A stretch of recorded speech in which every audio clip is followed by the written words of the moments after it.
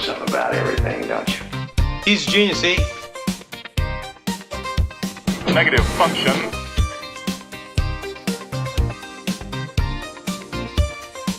Cinderella story, out of nowhere, a former greenskeeper now about to become the Masters champion.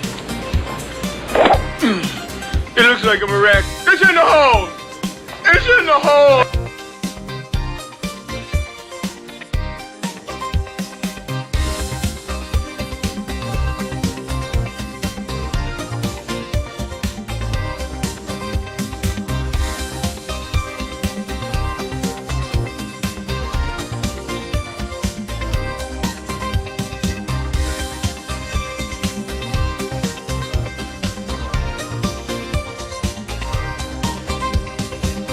All right, we're getting ready. Okay, Substack is up. Instagram still AWOL. But we will remedy at some point, I suppose. Wank! All right. Yes. Everybody.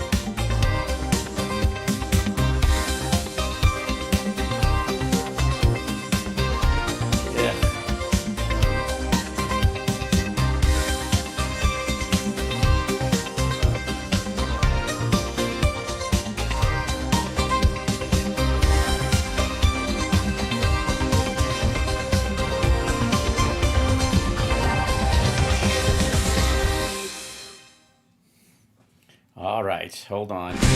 Cinderella story, out of nowhere, a former greenskeeper now about to become the Masters champion. It looks like a wreck. It's in the hole! It's in the hole! All right. I think we're okay. Hi, everybody. Welcome. Hold on one second.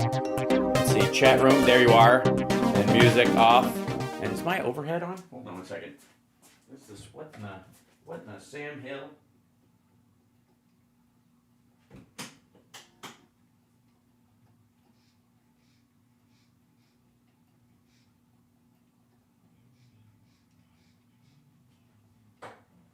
That's where it is. Okay, got it. I'm fine. Talk amongst yourselves. I'll be with you in just one moment. I'm gonna try to do something in the other part of the bunker. I might try to make a. Hi. I'm wearing my Pentaveret shirt today. So, who is Sam Hill? It's more of a question of what the Sam Hill, right? Hi everybody, good to see you. Welcome, la-di-da. Lots to talk about today, I think okay. So it's confusing. It's confusing in trying to figure out what the talking points are from the right because they don't know.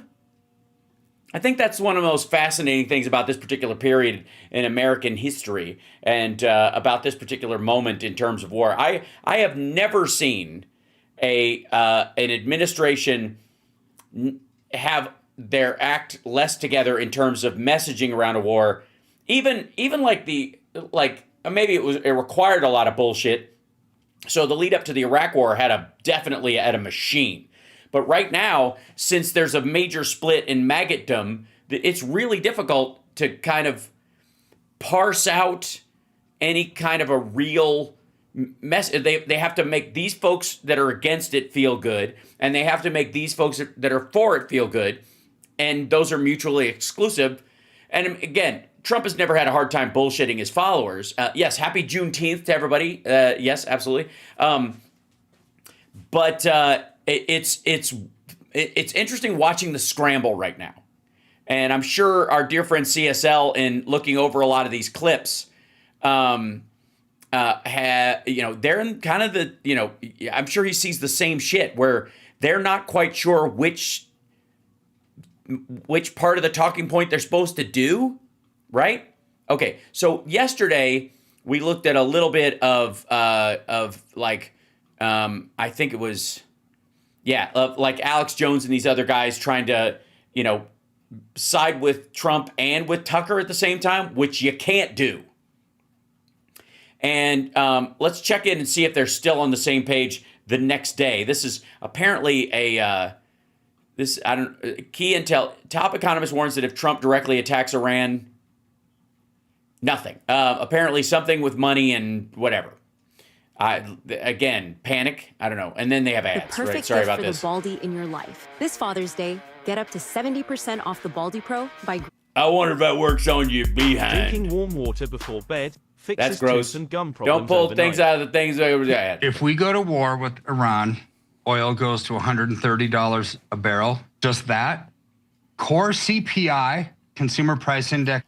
Okay, I don't know that that's necessarily the case. It used to be a period where if we went to a war with Iran, that's kind of where it would go. But our supply is so high, and there's again a glut. No. Inflation probably doubles, Alex, to about 5%. Doubles. The main I mean, it's good that they think this. I don't give a shit if they're right or wrong. It's just fun to watch them, like leg wrestle each other over this. policy initiative from the Federal Reserve to slow down inflation is to raise interest rates. If you want to stimulate the economy. Pearlwise, thank you so much. And thank you, Renee and Holla Peeps, for being members. Lower interest rates. You don't need a stimulated economy generally if inflation is high. That means it's like cooking, right? But this is a different kind of inflation.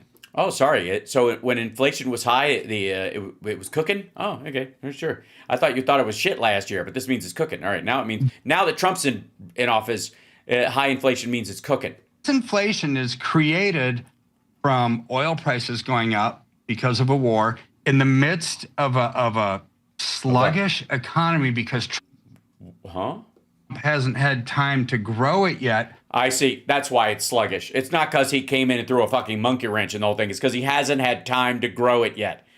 Presumption that it will grow is also bullshit, but there you go. This is stagflation. Sorry. Trump has stagflation within, 5 months in office. Film at 11. Policy initiative, raise rates, that will cause a recession. When you have as much debt as we have, Trump's recovery plan won't work. Well, I mean, we were saying that last year. Dead in its tracks, and he's going to get the blame for it, right? Because fish stinks from the head, or because that's what responsibility looks like if you're not a complete weasel like he is? But this recession, if you don't have enough money coming in from tax revenues, what is the next thing that you do? You print money. See, this inflationary spiral, I think, gets worse where the war with Iran, oil prices go up, they raise interest rates, puts us into a recession. The only way to pay for the deficits is to print more money. Like, oh my word, Alex, this is like the worst of all possible scenarios. Well, and Trump's the president. So, yeah, it is. Right? And so it's so I should have voted for Harris, I guess, fucko. almost like all the globalists, the international, The globalists. Okay, never pass up an opportunity to pass it off on the Jews. the IMF, the G7 nations, the international bankers, all of them are almost in cahoots, it feels like. What does almost in cahoots mean? Against Trump to make his policies not succeed. I see. Yeah. It's not that they actually are stupid policies. It's that everybody's out to get him. It's you and me against the world. Out. And so let's stop here and elaborate. You always. Yeah. Okay. Stop here. You're starting to lose everybody. To be conservative and say it looks like no, it's 100%. Thank you, Padres fan. Don't worry about it. Appreciate it. Absolutely. And for Murphy, yes, he is. He's been very talkative lately. Okay, I don't know why he has this like new wave opening on his music on his show, but I'm assuming that it is copyrighted, so I try to jump past it.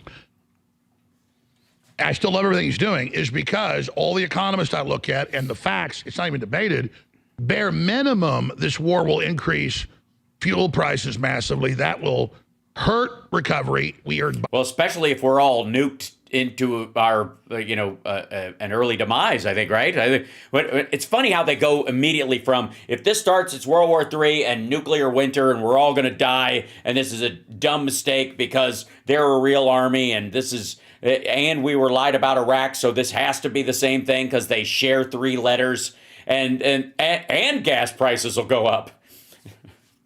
The food in this place is terrible. Yes, in such small portions. In cheaper dollars now, it will push everybody towards bricks even faster, just like nobody's going towards bricks, dummy. Yes, we're alive in the underground bunker for my own safety and yours. I'm just saying you're safe. Queensrÿche Empire, listen to IMI. I think if I'm not wrong, that's from that's not from Empire. That's from the next album. Damn, I'm blitzing on the name right now. IMI, yeah. Ukraine war did that was so stupid, but the globalists actually want that. And it does so many other things. It does. That, as you said, goes against Trump's recovery plan. That is everything.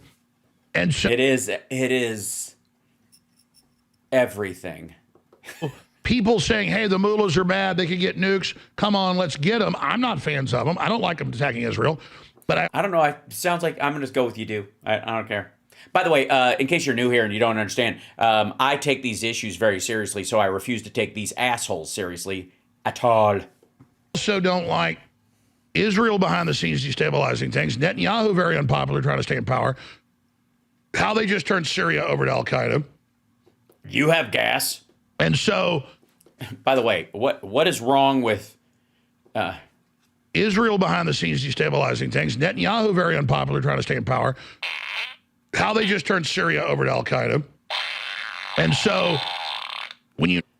I'd have somebody fill in for us, for you on the show if you're having that kind of a problem. All the other pieces, there's a lot of other ones that would take hours to go into, folks. And this is just the low end of problems. Yeah. Okay. It certainly is. It sounds like the low end of problems. It sounds like these problems are in your low end. Iranians can stay in there and keep fighting the mullahs. This is just going to escalate, and it goes from bad to worse. So quantify it in simple terms. In deference to Alex and his audience, Mr. PhD. What you were just saying, because this is important, that why this military action goes against his economic domestic recovery, which is key. So if we go to war with Iran, oil goes to $130. Okay, we saw this already, and this was his tee off or whatever, and yada, yada. You always like to be conservative and say it looks like, no, it's 100%. The private Federal Reserve is owned 80+%, and the only audit they had when it was created in 1913 by the Rothschilds and European banks, Jerome. Yeah, it is promised land. Thank you. Yeah, Anonymous. Since the private board of it, he's part of the other boards as well. We've seen him testify to Congress. When I fell from grace, I never realized how deep the flood was around me. Now you got Promised Land that someone else stuck in my head. A man whose life was toil is like a kettle left to boil, and the water left these scars on me. That's one of my favorite lyrics, I gotta say, ever. Which is, a man whose life is toil is like a kettle left to boil, and the water left these scars on me. I mean, that's fantastic. I think we can all relate, especially when we have to listen to this dipshit. And Bernanke and others, they want to tell Congress where the trillions go. We just give it to these farm banks. to our shareholders. They have lowered interest rates for the EU. Other countries have lowered interest rates, but they Right. This is that you have to have this premise that all the banks all run, together in this big, big bank, big Illuminati. If you actually believe there are different central banks for different countries because they have different ideas, which is what Trump has said multiple times, it contradicts all this bullshit. So if that's true, then why would you have a disagreement with any country in the world? Because the Pentaverate would run all the fucking banks. So what's the difference? They're gonna hedge the economies of those places against you anyway. No matter what change you make, they're gonna manipulate the currency or the banking standards or the trade standards to compensate for it because it's one big economy. They don't give a shit. don't do it for us to sabotage his recovery. Then they manipulate him into joining this war. Yes, they manipulate him. Dough-headed fuck that he is. Pushing Iran into blocking the Strait of Hormuz, which they say they're getting ready to do. Yeah, they're going to do it, and Trump is too fucking stupid to not do exactly what is told because he's a maverick and he's a powerful man and he's virile and he's the alpha daddy and he's back and everybody has got to be warned that he doesn't take any guff from anybody like Robert Culp and The Greatest American Hero. And yet, it took about, 3 days to maybe he's just like the other maggots. All somebody has to do is whisper, attack, in your ear, and then you'll do it. White Lions, When the Children Cry is relevant right now. It absolutely is, and that's why I posted it on my Blue Sky the other day. Thanks for noticing. Minimum, 130 is conservative, probably higher. Probably. That will cause massive inflation, and that... Yeah. I mean... You know what really caused massive inflation? Nuclear devastation. Armageddon makes things very expensive. If you don't believe me, ask Tina Turner. Ain't we a pair, Raggedy Man? Will accelerate the recession we were already in into a depression and derail everything he was trying to do. And you would think Trump is sophisticated enough and that Howard...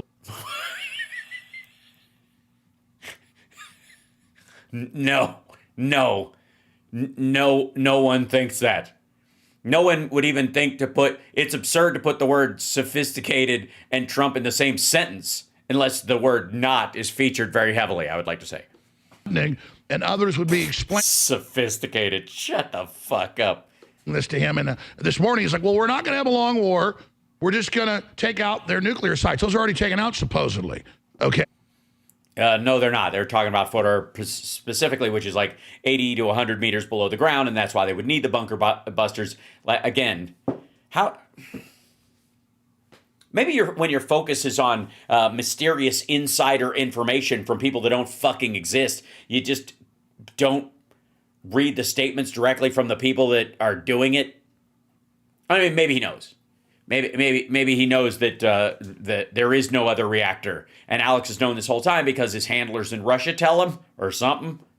Other than this, the bunker buster they got to use, and then the bunker buster. Yeah, it's like a bunker buster, but it's got a piece of fucking straw sticking out of its mouth. Are we going this way now? Okay. We'll attack our bases, and then that draws us into a full-scale attack, guaranteed to happen. I think it's going to start Thursday night into Friday morning, and I hate the fact we're almost always right, folks. No, you're not. Can I just say for the record, if Alex Jones was right about, 20% of the shit he said over the years, he'd be dead by now. He would have been taken out by the very people that he alleged exist, and run the whole fucking world.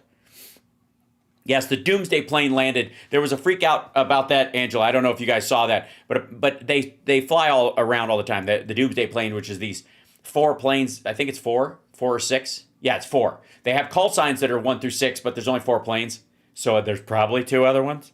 They fly in a loop, and they can stay in the air for 2 weeks, and they have to be refueled and all that kind of stuff. There was one that landed in D.C. So that because Trump was getting nervous, probably had nothing to do with Iran. It was just, he was like, let's show that in the parade. And then I'm or he just wants to bug out. our recovery and his success and American sovereignty burned down, and the globalist bankers that had us maneuvered, and Moody's didn't lower our credit rating on the course to collapse for sure, but as soon as he turns course and it's winning and everybody's lining up behind us, we're winning the trade war, and he's getting a lot of political agreements through it as well, and America... He isn't. He's not. None of that is happening. There's no trade deals. The one he signed with the UK, we already have a trade surplus with them. There was no deal to be made. They just went back to normal because there wasn't a deficit. So you couldn't even argue that there was. Soft power's back. Here comes the globalists to grab victory from the jaws of defeat and make us... Wouldn't it be grab defeat from the jaws of victory? Because you were saying that Trump was winning? No, never mind. Better nation under their hegemonic control, and there's Benjamin Netanyahu laughing the entire time. Is that what you're saying, Dr. Elliott? That was Tucker Carlson you were hearing laugh. Exactly. Yeah, we're so on the same page. Couldn't have said it any better myself. I mean, it's awful, right? And you did. I think if you're a PhD, you would have to point out the fact that that Alex Jones just inferred that Trump is a dough-headed moron, and but he was too scared to say it directly. So to me, when you look at this, okay, these are the accelerants that are causing the economy to decline, gold and silver to go up, and every asset basically that's a tangible thing. Oil. And that's the only silver lining is we know what's going on. We've been accurate. Yeah. You got to... No, you haven't. No, you don't. Lemonade out of lemons. That's why you got to get into gold and silver right now. And you're the... Jesus Christ. Oh, so that's why he has this guy on. This guy's from the gold market thing. This is a big old ad like fucking Bill O'Reilly does all the time. Son of a bitch. To go hands down highest rate. Yeah, nothing's more important in Armageddon, in a post-apocalyptic Earth, than a pretty rock that you can't eat. Gas prices are done. You have until Sunday, June 22nd. Oh, should I start packing now? 2025 to take advantage of a sale we've never had before at the... Yeah, and you're never going to have it again. He moved all of his drugs to his dad's name so that he could avoid paying the Sandy Hook families because he's fucking gross. So this is the issue. That's Alex Jones and some dipshit who have effectively, their fear is that Trump has been hypnotized by the globalists or some shit. Never mind the fact that he's been going along with this stuff and lying to their faces the entire time. It seems to be, but the truth is here's Peter Doocy, basically here to tell us that nobody knows what Trump will do. More than likely, including that's gnarly. Whew, hold on, I gotta. Woof, that is Nunt City. What the hell? Hold on. Damn. There it is. I lost my. That's just rough. Shit. Whoa. That's just rude. I apologize. I still got to set up a button for this thing so I can trigger it easier when we're over here in the bunker, because that's harsh. This filth. That's in Doocy's fucking Pornhub search results. Here we go. Here in the U.S., President Trump is considering options on whether the U.S. should join Israel's attacks on Iran. Even they know to cover it. Did you ever notice that?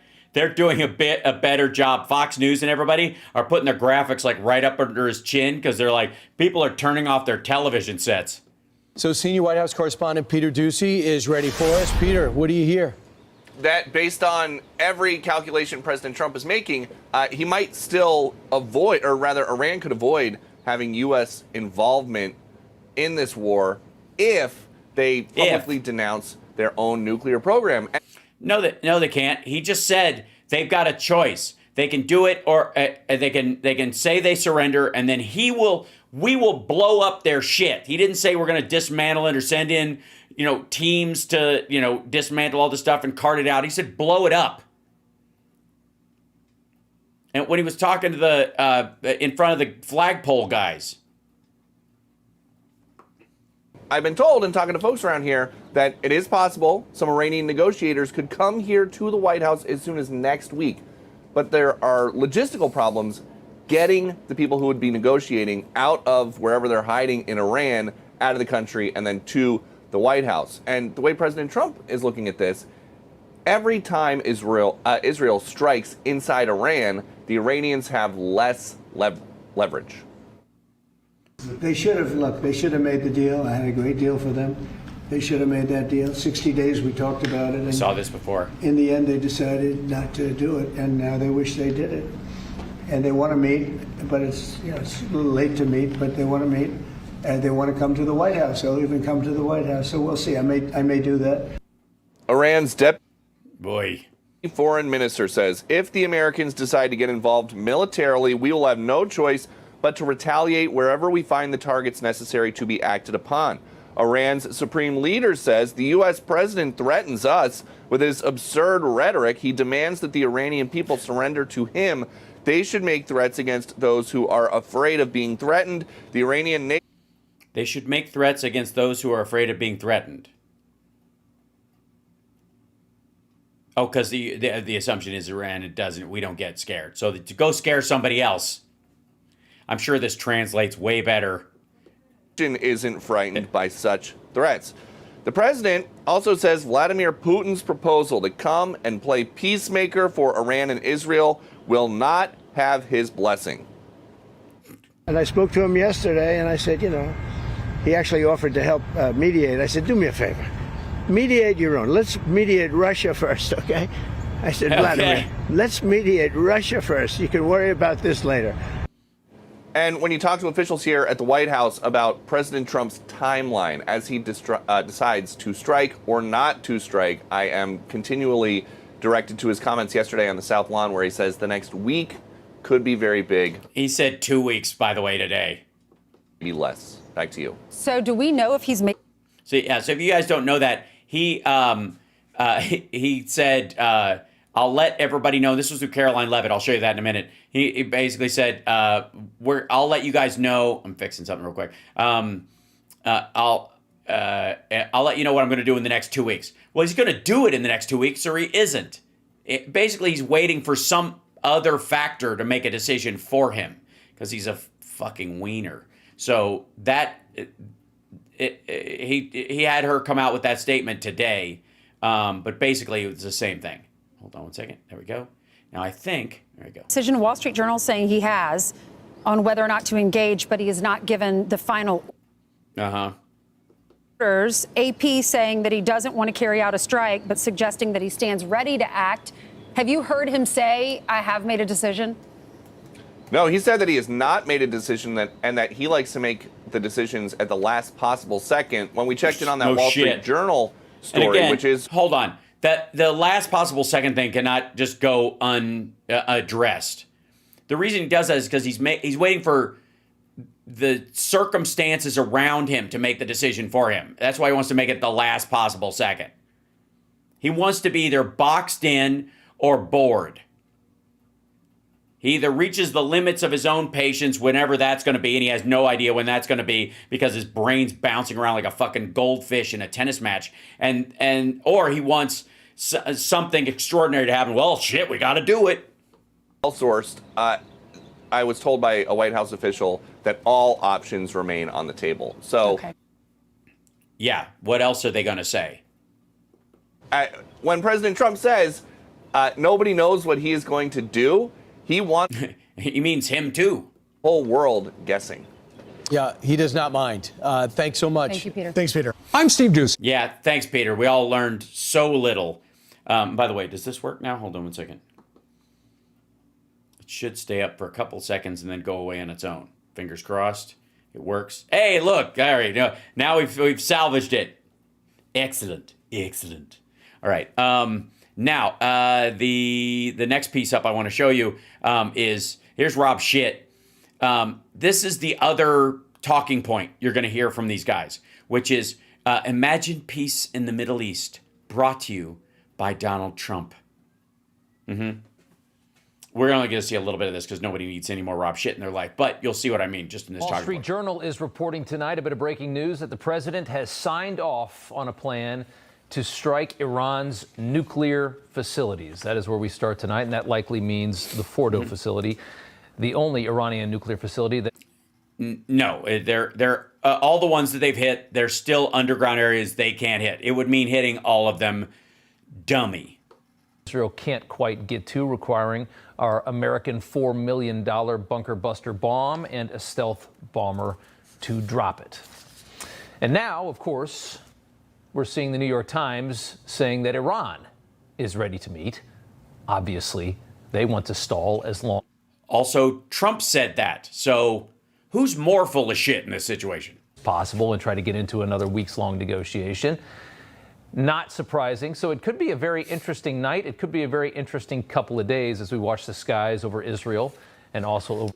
Yeah, I think that's safe to say. Iran at 2 o'clock in the morning in the Middle East. That's Tel Aviv right there on the screen, a live picture. The New York Post is reporting some new polling today from JL Partners that 65% of MAGA Republicans support strikes on Iran's nuclear facilities. 51% of generic Republican voters also support. See, it's weird that apparently Tucker seems to think those numbers are flipped. The strikes on the which they probably are. Program of the world's largest sponsor of terrorism. But over the past few days, the president has taken some tremendous heat. Yeah, okay. From the MAGA coalition that he himself created. Some huge names in MAGA world. We talked about this last night. Yes, you did. Steve Bannon, Marjorie Taylor Greene, all preemptively criticizing the president for dragging the United States into another Middle East forever war, regime change, nation building, and all the nonsense that we have seen in this country over the last 30 years. Yeah, I think that what's the good of a warning if you're doing it after it already happened, you know? Now a warning? And they sound good as they say it because nobody wants to see that stuff. The only problem is pretty obvious if you know. I didn't know. The man that's running the White House right now. If you think about what he's said over the years, what his politics are, that he... Oh, that Iraq war was a stupid idea, but when he was on Howard Stern, he said you had to do it, I guess. Clearly has no intention of doing that at all. He has... Yeah, I don't necessarily think that Bush thought he was doing that either, necessarily. I mean, Cheney might have believed it. Might have been like, oh, no, we're in for the long haul. But a lot of them thought, oh, shock and awe, we'll topple this guy, it'll turn over, and then we'll be great. We'll be heroes in that, and we'll go back to fighting in Afghanistan, and this will elbow out any of the other loudmouths in the region. No intention of... Also, by the way, the just to reference, this is the thing I was talking about with the Doomsday plane being in the... get over there, you silly thing. Yeah, Brink. There we go. The U.S. E-4B Doomsday plane makes an unexpected flight to D.C. as Trump weighs the Iran strike. And I'm sure he's going to, fly in it and then complain it doesn't have gold toilets or some shit like that. That's the Night Watch. A bunch of other people were freaking out about this morning, including Glenn Beck and others, which is fine by me. And namely, like Trump, this was the route that it took. It took off from here and flew up to D.C. and parked in the Maryland airport or whatever. And they talk about how it can live in the sky for 2 weeks and refuel itself. And if something terrible happens, he and Hegseth will be, they get to bunk together. It'll be adorable. So. In this country onto another escapade in the Middle East that takes 10 or 15 years and trillions of dollars and leaves us weaker than where we started. Right. Sounds like Trump's promised to get us out of Afghanistan, which he never did. Now he says we should have stayed in Bagram anyways. How do you leave and stay? How's that work? Anybody know? Think about what he believes and what he says. I'll be thankful the 2 flagpoles weren't spray painted gold. Oh, believe me, Catherine, we've all thought that. It's true. Again, clarified earlier today. Take a listen. We're not looking for a long time. Yeah. We're looking. I only want one thing. Iran cannot have a nuclear weapon. That's it. I'm not looking long-term, short-term. And I've been saying that for 20 years. I've been saying it as a civilian who got a lot of publicity. People would cover it. All right, so, okay, what does that actually mean then? I'm not looking long-term, short-term. Yes, you are. In the short term, they can't have one. In the long term, they can't have one. If they're saying they can't have one, then that means you have to eliminate their ability to have one and their desire to have one, which means you have to eliminate the facilities themselves so that they can't be reconstituted anytime soon in a way that they could even make garbage nukes or suitcase bombs or any of that kind of shit. You got to level all that shit out. And you've got to get rid of the regime so that nobody thinks about doing this again because they're like, you know, we're rethinking this whole process. You have to go full Hiroshima and Nagasaki. I don't think you have to hit the cities in the case of Iran because the people themselves weren't following an emperor like the Japanese were in World War II. But you can't just go, I don't know, I'm talking long-term, short-term. I just think they should mean it. What does that fucking mean? It means you're going to have to destroy the facilities and the desire, the idea that it's even possible, which is a lot. It's not... Like, I just don't want them to have a nuclear weapon forever. So there is no easy, short, quick way of doing that without toppling the government and destroying all the facilities. That's it.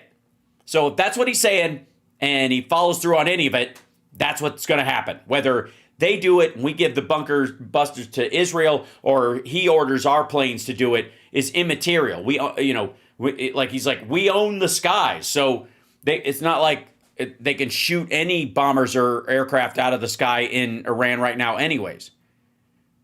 I don't care about this or that. I just care about all of it. Very simply, Iran cannot have a nuclear weapon. That's it. Yeah, that's not simple. That requires the death of Khomeini and all of those people, right? All the people at the top. And then it requires the destruction of the capacity to even do it. Even on a small scale, because like I said, if they go, well, fuck it, if we can't get missiles and we'll just put them in a suitcase and put it on a plane and park that near one of their ports and set it off, because fuck it. You have to wipe out everything. That's a tall order, just saying they can't have one, or they can't have any nuclear program at all. That's it. That's it. Yeah, just it. That's it. Thanks, Rob Shit. This is not Iraq. This is certainly not Afghanistan. There's no agenda for a long, drawn-out war, regime change. Yes, there is. And again, whether the regime change in Iran would be different than Iraq, because, again, while the mullahs and the Ayatollah have been controlling Iran for a long time, it was a very different country beforehand. So it's very tempting to think, fuck it, we wipe these assholes out, we can kind of go back to where it was. And yes, it'll be a monarchy, but so is Jordan, and we don't have problems with them. That's where the head is at. I guarantee it. He's going to pull the trigger on this. That's why everybody's flipping out. The problem is there is no way you do this without blowback from sympathetic, like Shia militias and you know, ISIS and other folks in the region for fucking ever. Not just against us and Israel, but also against anybody who takes over Iran. Building all of that. The Israelis have already done much of what Trump wants to see in a matter of 6 days. Right now, Trump is shaking up Iran's leadership to put them in a panic, to force a full capitulation. And if he can't get that, and he probably won't, it sounds like he's ready to greenlight a speedy operation to knock out the nuclear program. Yeah, speedy. That's how I would define it. Speedy. Quick, in and out like a duck mating. And just walk away. Anybody know what movie that's from? A very, very, very weakened Iran won't have a great amount of options in that moment. The plan is already playing out. 3 Iranian jets filled with negotiators flew to Oman today, despite the fact that Israel has control of the airspace. They got out, scrambling for a deal with... Because the Israelis don't shoot down passenger jets. It's a striking difference between them and Russia, for example. Israel and the U.S. Remo Williams, who nailed it? Right there, Drywit Geek, right out of the gate. Excellent. Their country's frailty is now fully exposed. Iran is like the little barking dog on the street. It's a lot of noise, ain't much bite behind it. Many of Iran's senior leaders are already dead. Their top scientists are dead. Trump was talking about how they could take out the Ayatollah like that. Would not be hard. Yeah, we've heard all this language before. Sites are blasted. With Iran isolated now, they're not going to get any help from Russia. Trump wants a full surrender. Two very simple words, a very simple, unconditional surrender. That means I've had it. Okay, I've had it, I give up, no more. Then we go. Really, is that what that means? Yeah, and surrender to who? Up all the all the nuclear stuff that's all over the place there. There it is. There it is.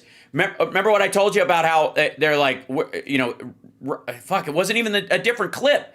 Rob Shit just showed this, and I guarantee he's watched the whole thing before because, it's fucking whacking material for these dipshits. Does he say right here, we're going to dismantle their program? They'll surrender, and we'll go in and dismantle their stuff. Listen to what he says. Surrender.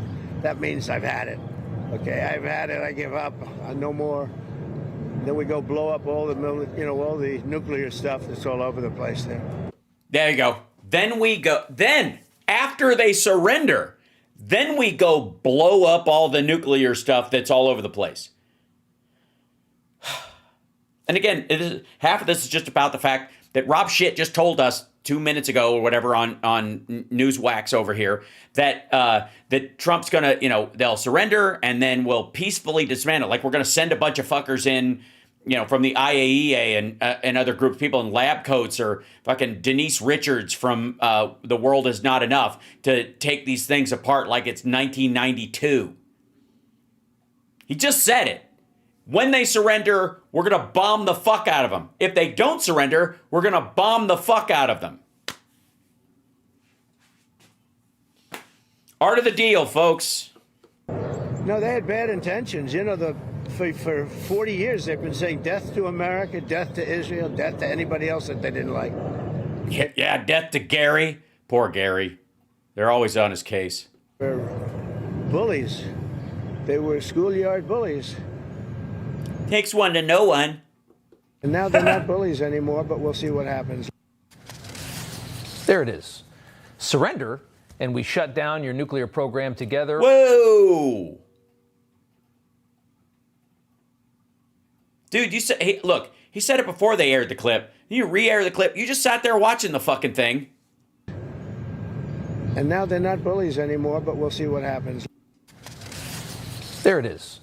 Surrender, and we shut down your nuclear program together, or Israel and the United States are going to do it with bombs, which could lead the regime to lose control. Hold on. Where was their suggestion in any of the Trump clip that you just watched that they're going to shut it down together at all? He didn't. He said unconditional surrender is their only option, and when they do, we, not us in Israel, we are going to bomb the shit out of all the sites. You know what we're going to do if they don't surrender? Bomb the shit out of all these sites. This is the essence of what a dumb fuck Donald Trump is. Of its country. A reminder that these are the people that we are dealing with. All right, anyways, you get the point. All right, next up, if I may, some people apparently think, I'll jump to this next one because I want to show you this. Here we go. Now, when it goes to Newsmax and OAN and that kind of crowd, by the way, you're watching Hal Sparks Megaworldwide, the greatest live stream in the history of live streams, and I'm Hal Sparks, and I'll be Hal Sparksing the rest of the evening. And some of you have been pointing out that I'm sort of eye candy-ish right now, and I appreciate it very much. I feel like my hair is a little too slick. I feel like because I went to the gym earlier, and I feel like I've got gymnast hair. But thank you very much. It's very sweet. I'm still replaying Tucker slapping Ted Cruz around. It's great. They're slapping each other. But there's a real difficulty that the non-mainstream, Fox Channel folks are having right now. They don't know who to bullshit and how much. Right? And by the way, to all of our Remo fans out there, I would like to say... Professional assassination. It's the highest form of public service. Chun, you're incredible. No, I am better than that. So hit the like, share the show, patreon.com/HalSparks. Here we go.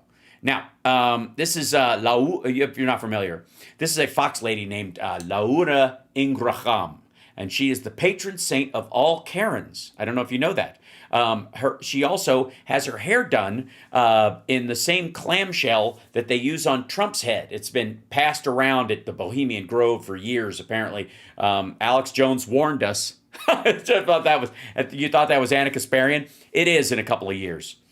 This is, yes, right now we're traveling into the future to see Anna Kasparian's Tomorrow, a.k.a. Laura Ingraham, from the angle, the angle, the Allura angle. All right, the Ingraham angle. So the issue here is patriotism. This patriotism drives Dems to the brink. It's a Trump pivot moment. This is the flagpole, I think. Look, for President Trump, every day is Flag Day. Yes. Yes. All symbol, no substance. The bigger the American flag, the taller the flagpole, the better. Yes, and it makes it a little harder for him to wipe his ass with it. That's why we insisted on being as tall. I've always said, why doesn't it have a flagpole? This is... It does have a flagpole. It's on the top of the building. Largest you'll ever see. That'll be very nice and very patriotic. But this type of unapologetic, unbridled patriotism drives today's Democrats to the brink. It does? Sorry, I think it's more like, hey, asshole, you're cutting funding from like school lunches, but you want to put a big tin fucking flagpole in the front? Like people don't know whose capital it is? There's already a flag on top of the fucking building? The perpetually whiny publication known as the Daily Beast called the flagpoles a monstrous and tacky change. More on that later. The president isn't content ripping up the Rose Garden and splashing the Oval Office with gold. Tacky. Of course, there are flags that the left pledges allegiance to, like this one. Oh, it's the big gay flag. This is going to be a problem for everyone, at Fox News, but none of us. So, happy Pride, everybody. That's right. If you are gay on the spectrum, if you're one of the letters in the ever-expanding LGBTQIA crowd, good for you. Much love. I hope your day is sailing, and I hope you find someone or someones to love, and you wake up with a bigger smile on your face every day going forward, and that your life is full of as much joy as the word gay can actually encompass.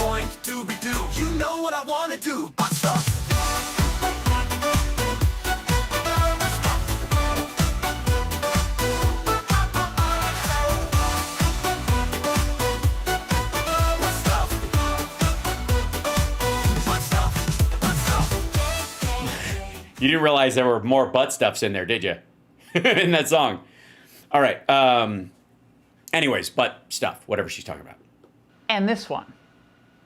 Desecrate either at your own peril.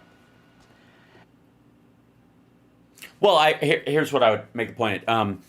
The greatest thing about the American flag, for me, dipshit, is that it is the Obi-Wan Kenobi of flags. Because if you strike it down, it only becomes more powerful. Because as a symbol of freedom, that freedom has to include the freedom to desecrate it.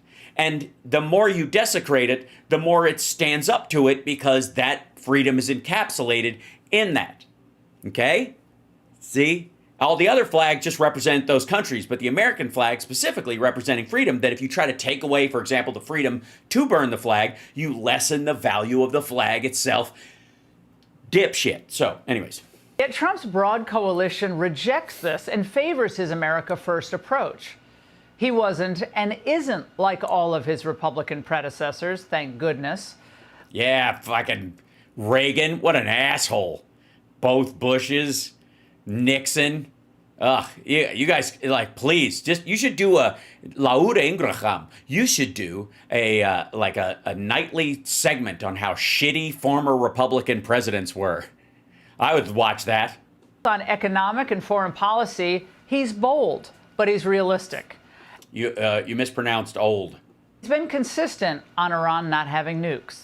Is there anybody here that said it would be okay to have a hostile country have a nuclear weapon that could destroy 25 miles, but much more than that? Could destroy it? Yeah, knock them right off your odometer. Destroy 25 miles. Nations just by the breeze blowing the dust. This is just not a Yeah, the breeze blowing the dust. That's what it is. Nuclear dust. threat you can have. And we've been threatened by Iran for many years. You know, if you go back and look at my history, if you go back 15 years, I was saying we cannot let Iran get a nuclear weapon. I've been saying it Yeah, but you've also been saying that black people shouldn't be able to work as accountants. So. for a long time. And I mean it more now. I mean it more now. Before I was just bullshitting. Now I'm bullshitting for my backers. And right now, we're all holding our breath, wondering Yes, like everyone around Trump. whether America will strike Iran with a bunker buster and what will come next. Asshole, why would I be holding my breath? Would it affect any of this? Sorry. I practice what's called optimistic stoicism, lady, and there's nothing you can do about it. What does a wider war look like? After all, when you start a military engagement, you don't necessarily know what's going to come up or how it's going to end. Yeah, it's part of the fun, isn't it? You know, it's like Christmas, but with it blows your skin off your face. Are our military bases vulnerable? And what are Yes and no. the risks of doing nothing? Huh. You know, could be big. Sorry. From Left Parnas. Laura Loomer. I'm sorry. I don't have the opportunity to tell you to fuck off your face. Call you. Wow. Holy smokes. That's Laura Loomer? That's amazing. Hold on. This is great. Laura Loomer sent this little message. Let's see if we can shrink this down. Sent this little message to Tucker Carlson. Dear Tucker Carlson, I'm sorry I don't have the opportunity today to tell you to fuck off to your face and call you out for letting your mouth serve as a cock warmer for the Arabs. I'm sorry I can't say fuck you to your face for the way you undermined President Trump. I'm sorry too. Oh my.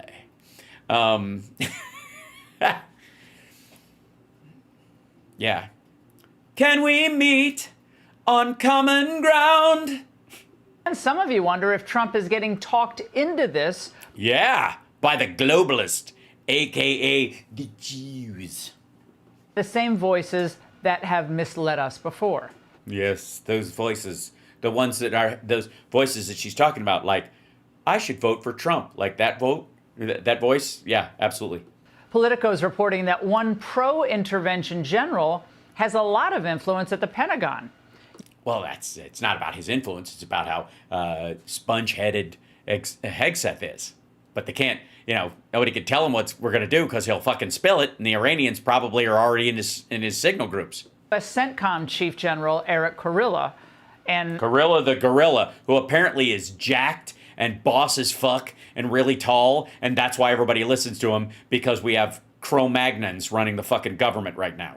Others are more skeptical of our getting involved, and that those voices... Skeptical is the word. It is the word. ...are getting edged out. Mm-hmm. And notwithstanding the fight on the right, the Angle believes we need to stay grounded... Sorry, the Angle believes? Jesus Christ, what is this, an underground cult you run out of an old gymnasium at a decommissioned high school? Welcome, Angle. Clang, clang, clang, clang. We are the Angle. Speak now as one voice. ...in the America First principles. What are they? Well, number one, we cannot succeed in war, any war, unless our people are on board. No. No, that's not true at all. Of course you can. And again, it's not going to be all the people. Anyways, shit, you might actually be able to succeed in something and before the even public knows what they should be upset about. Stupid. It's not a good idea, but it's not required. The army isn't like, what's happening? My plane's going down. My missiles won't fire. Apparently the polling is low. God damn it. I'm eject. Remember, we didn't lose in Iraq and Afghanistan because the soldiers were beaten in battle. We lost because Americans at home saw no path to victory. Yeah, you pussies. It's all your fault. Obama. And right now, Trump knows there is very strong popular support for a narrow objective. Yeah, that's how. There's always support for a narrow objective. There's enough of them, or one of the members of the party wouldn't even try it. Was Iran getting a nuclear weapon? I mean, look at this. 79% of adults agree on that. They agree with Donald Trump. Iran cannot get a nuclear weapon. 83% of Republicans, 70. Yeah, immaterial. I agree. Nobody wants them to have one. It's how you keep them from having it, stupid. Percent of independents, 79% of Democrats. When you get 79% of Democrats and 83% of Republicans. Yeah, second question on the form. Would you cook a baby to keep Iran from, in a frying pan, to keep Iran from getting a nuclear weapon? The number seems to drop off. On anything, you know that position is the very clear majority in this country. And so the American public is with Donald Trump. Nope. Americans will not support any war. Hal, when you're president, please don't stop using dipshit. You can count on it. Appears to be endless. There must be a clear goal, and the war must end once that goal is achieved. I was remembering back today, I was flying back. Who the fuck are you talking to, lady? Also, no wars are endless. They can go on for a long fucking time. They can seem endless when you're in the middle of it. They all end at some point. They either peter out or transmute into something else, or somebody wins and somebody loses, or there's a draw or a ceasefire or a temporary thing. The endless wars are the ones that, in a lot of cases, ironically enough, the people trying to seek peace as quickly as possible set them in this kind of stasis zone, which is what happened in the Donbass. And then they just percolate again and again and again. England today, and I remember back in 2016 at the RNC, I was there, then candidate Trump laid waste to his predecessors who got it all wrong.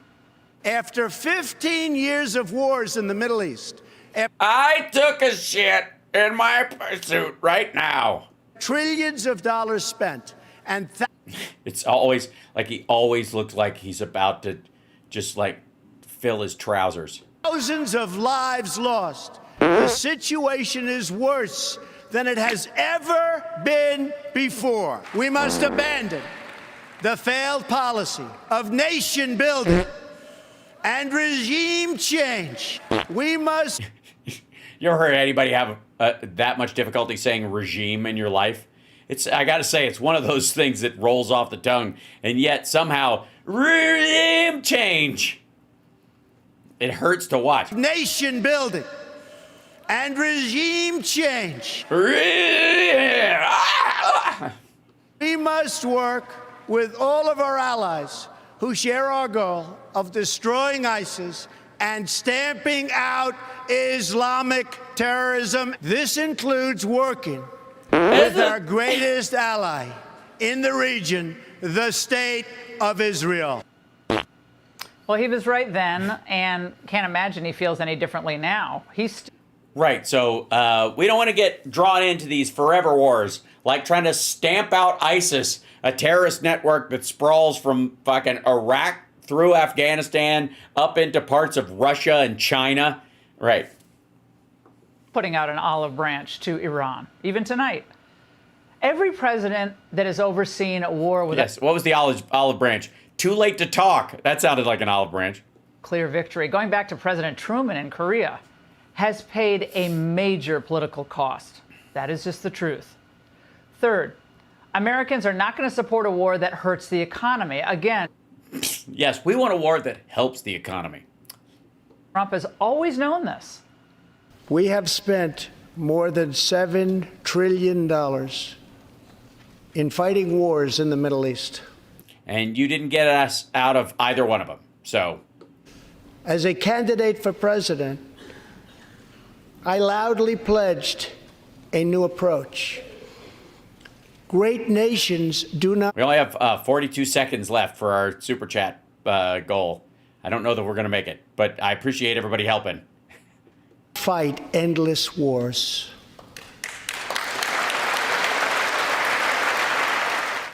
I love how Nancy Pelosi wasn't clapping. Well, that sort of came along. Look, we're already in a major financial hole now because of the trillions we lost in Iraq and Afghanistan. And a third of the debt that showed up during Trump's first term. Any action in Iran must not do serious damage to the federal budget, provoke inflation, or drive up interest rates. That all would be a nightmare for Trump and for the country.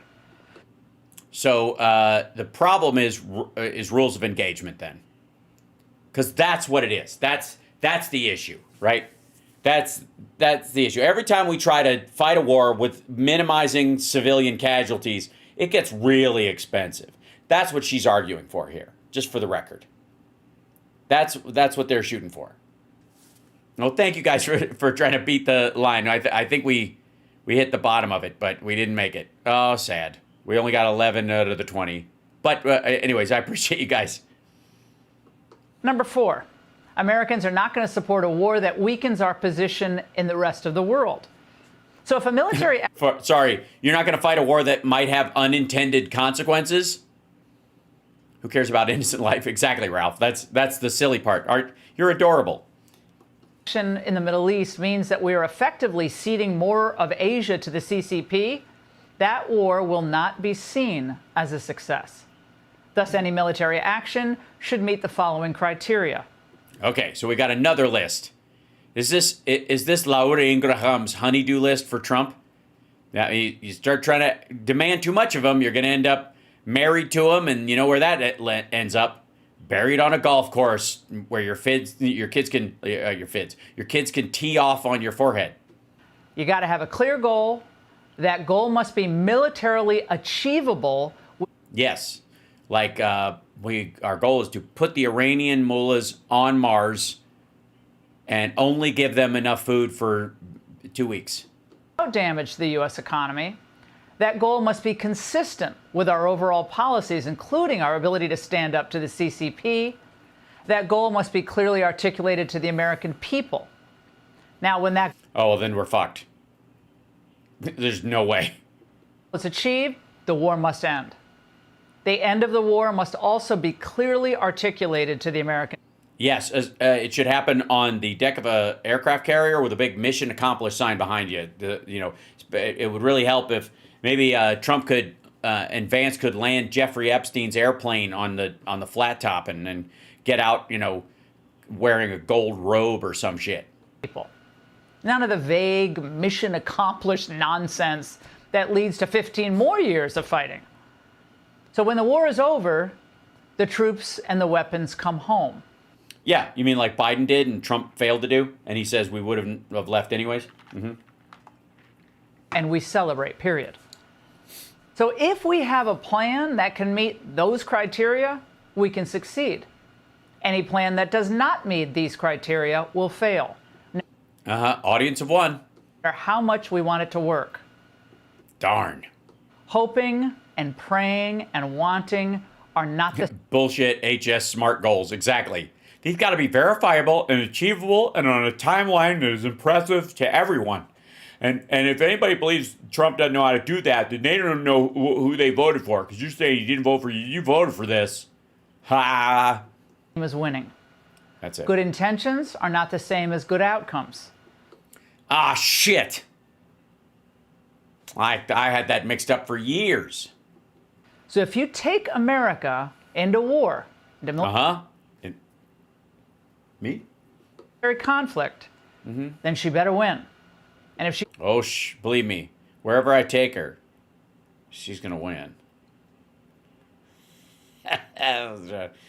Do the thing. Doesn't, the fact that you tried hard or had good intentions will not save you or your party politically. I would have swiped left a long time ago on this. This is the single worst Tinder ad I've ever seen in my life. And I've never seen any. But God bless President Trump. Because he hasn't so far. And God bless our troops tonight. And that's the angle. Hey, Sean Hannity. Yeah, thanks. God bless our troops tonight because we have a moronic nudge in charge of everything, and none of us know how this shit's going to go. Let's check in with the 5 over at Fox, see how this stuff goes. I'm guessing I don't have a lot of faith in Harold. Nobody can out Jessica, and Kennedy is now replacing. She's in charge of the box wine. Let's get some quick reaction from Emily on the Karen Reed verdict. All right, guys, this was a textbook. Okay, whatever. I don't care. Don't care. It was an interesting story, but whatever. Okay. The big story we're following here, President Trump still mulling a U.S. military strike on Iran's nuclear Sorry, I'm going to turn this. Is this down? There we go. sites, but teased he's open to meeting with the mullahs at the White House. No, they suggested it. I have a plan for everything, but we'll see what happens. Got a ways to go. They should have made the deal. I had a great deal for them. They decided not to do it, and now they wish they did it. And they want to meet, but it's a little late to meet. I don't want to get involved either, but I've been saying for 20 years, maybe longer, that Iran cannot have a nuclear weapon. I've been saying it for a long time. You may have. Right, so they weren't going to stop trying to make one, and he fucked up the last deal. So who last year voted for this motherfucker thinking that we wouldn't end up fighting in Iran? I didn't vote for this. Yeah, you did. Also, I'm glad Karen Reed got off too. I watched that documentary on it. It was a crazy thing. Fight, and maybe it'll end, very quickly. But there's no way that you can allow, whether you have to fight or not, you can allow Iran to have a nuclear weapon, because the entire world will blow up. The whole world. Let that happen. Katie, have you ever seen a president keep his options so open for so long? He is keeping options open, but the one thing he's made very clear Well, this is somebody else, Katie, somebody. throughout all of this is that the Iranian nuclear program is going. Are they rotating people in Janine's spot? It is not staying. He said. What's up, Boston Brian? That it's going to either go away by us bombing it when they surrender, or bombing it if they don't surrender. So this program is going away. It's just a matter of how they. Yeah, and it's going away by being bombed no matter what. Again, this goes back to that Rob Schmidt clip we were just looking at. At least she got it right. Kudos to whoever she is. But she heard what he actually said, which is we want total surrender, and when they do, we'll blow up all their nuclear sites. And if they don't surrender, we're going to blow up all their nuclear sites and a bunch of other places, I guess, just because we're mad. To do this. The timeline is that the Israelis say if the U.S. were to get involved with the bombing campaign, they could be done with this in a week, which the president has said he wants things to be done quickly. He doesn't want these things to drag out. He's consistent with that. He has a track record in his first term of doing these strikes that are very significant, targeted, and getting out of the way. Doing these strikes and getting, oh, you mean handing over our base in Syria to the Russians so that they can use it as a transit point for Iran to get arms to Hezbollah, the Houthis, and Hamas. Sure, okay. Soleimani, he did this with the Houthis, he did this with ISIS. There's no reason to stick around and wait it out. So he is in another meeting today with his national security team, and all options are on the table. But if you listen to what he's saying, it's very clear that this is going in the direction of Iran's nuclear program is going away for the better of the United States of America and for the region. And I think it's very interesting that you've heard a lot about, well, we don't want this to devolve into a broader war in the region. The region's not saying anything. The Saudis are happy with this. The Jordanians are happy with this. The UAE is happy with this. No, they're not. They're not, I guess, getting in line for it, or they're not coming out against it, which I guess is tacit approval. And if you look at the images that you see of these people sending in video from Lebanon, from Jordan, from UAE, seeing these missiles flying through the sky, the only people sending those are the Iranians, and they don't want them to be the target next. So the program's going away. It's just a matter of when and how. Harold, does the president have the support of the Democrats in the Senate and in Congress for a strike against this nuclear facility? I hope so. But let me dial back, because I think your question is the right one. I would broaden it out. I think, to Katie's point, it's good to be back around the table with everybody. I think the question that the president, who's grappling with the most consequential decision that he's ever had to make, I think, in his life, certainly as president the first term and certainly up to this point, and I can't imagine a more consequential one for the next 3 years. I think the president's asking the question, what if we don't act?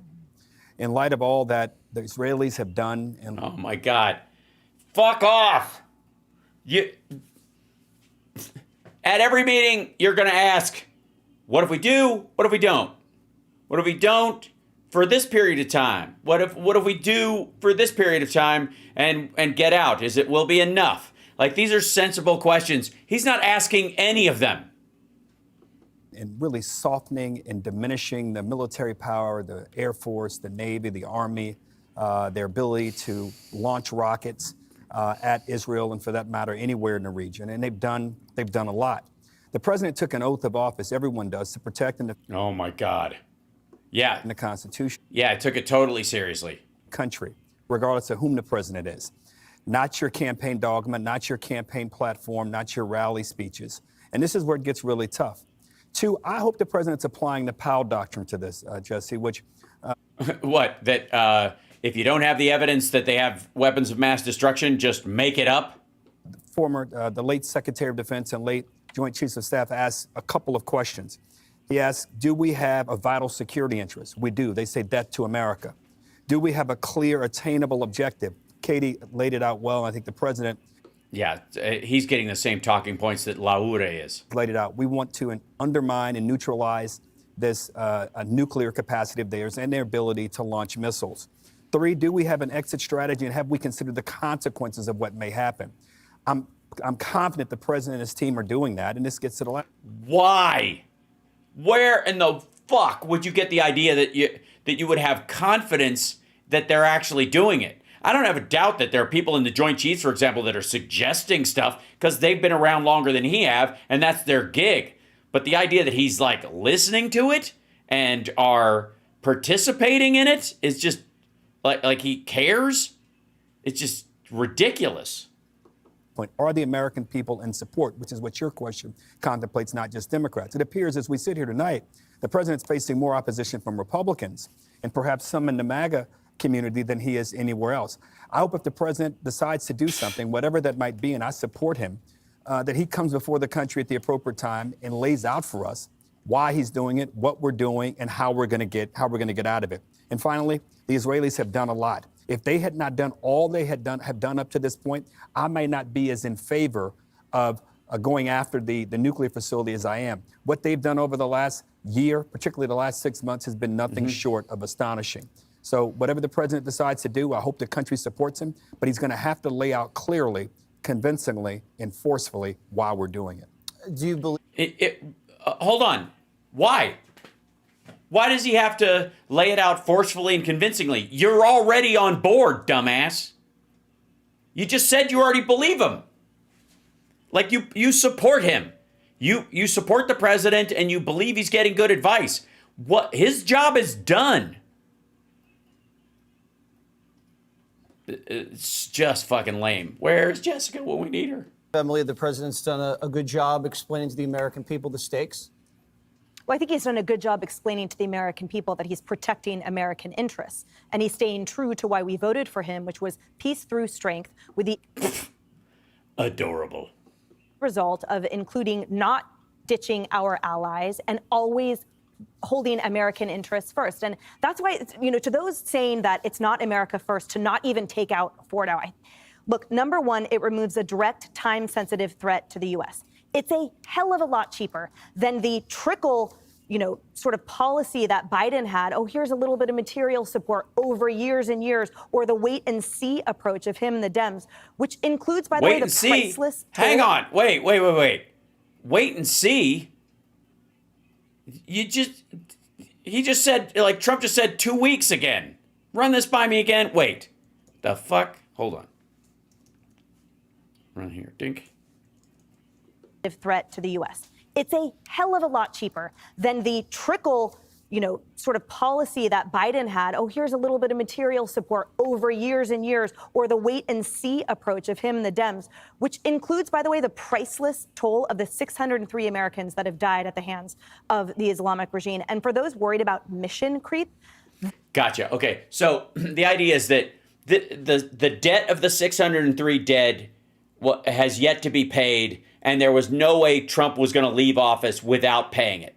I don't know what the fuck she's talking about with the trickle part, but this is like, that's what she's talking about. This is another way of phrasing it was inevitable. That's what this would stop, right? This is strength without spread. And the biggest result is strength without spread. I can't even believe it's not butter. Currents. Mess with the bull, you get the horns. That's what message he's been clear on, and that's why people voted for him.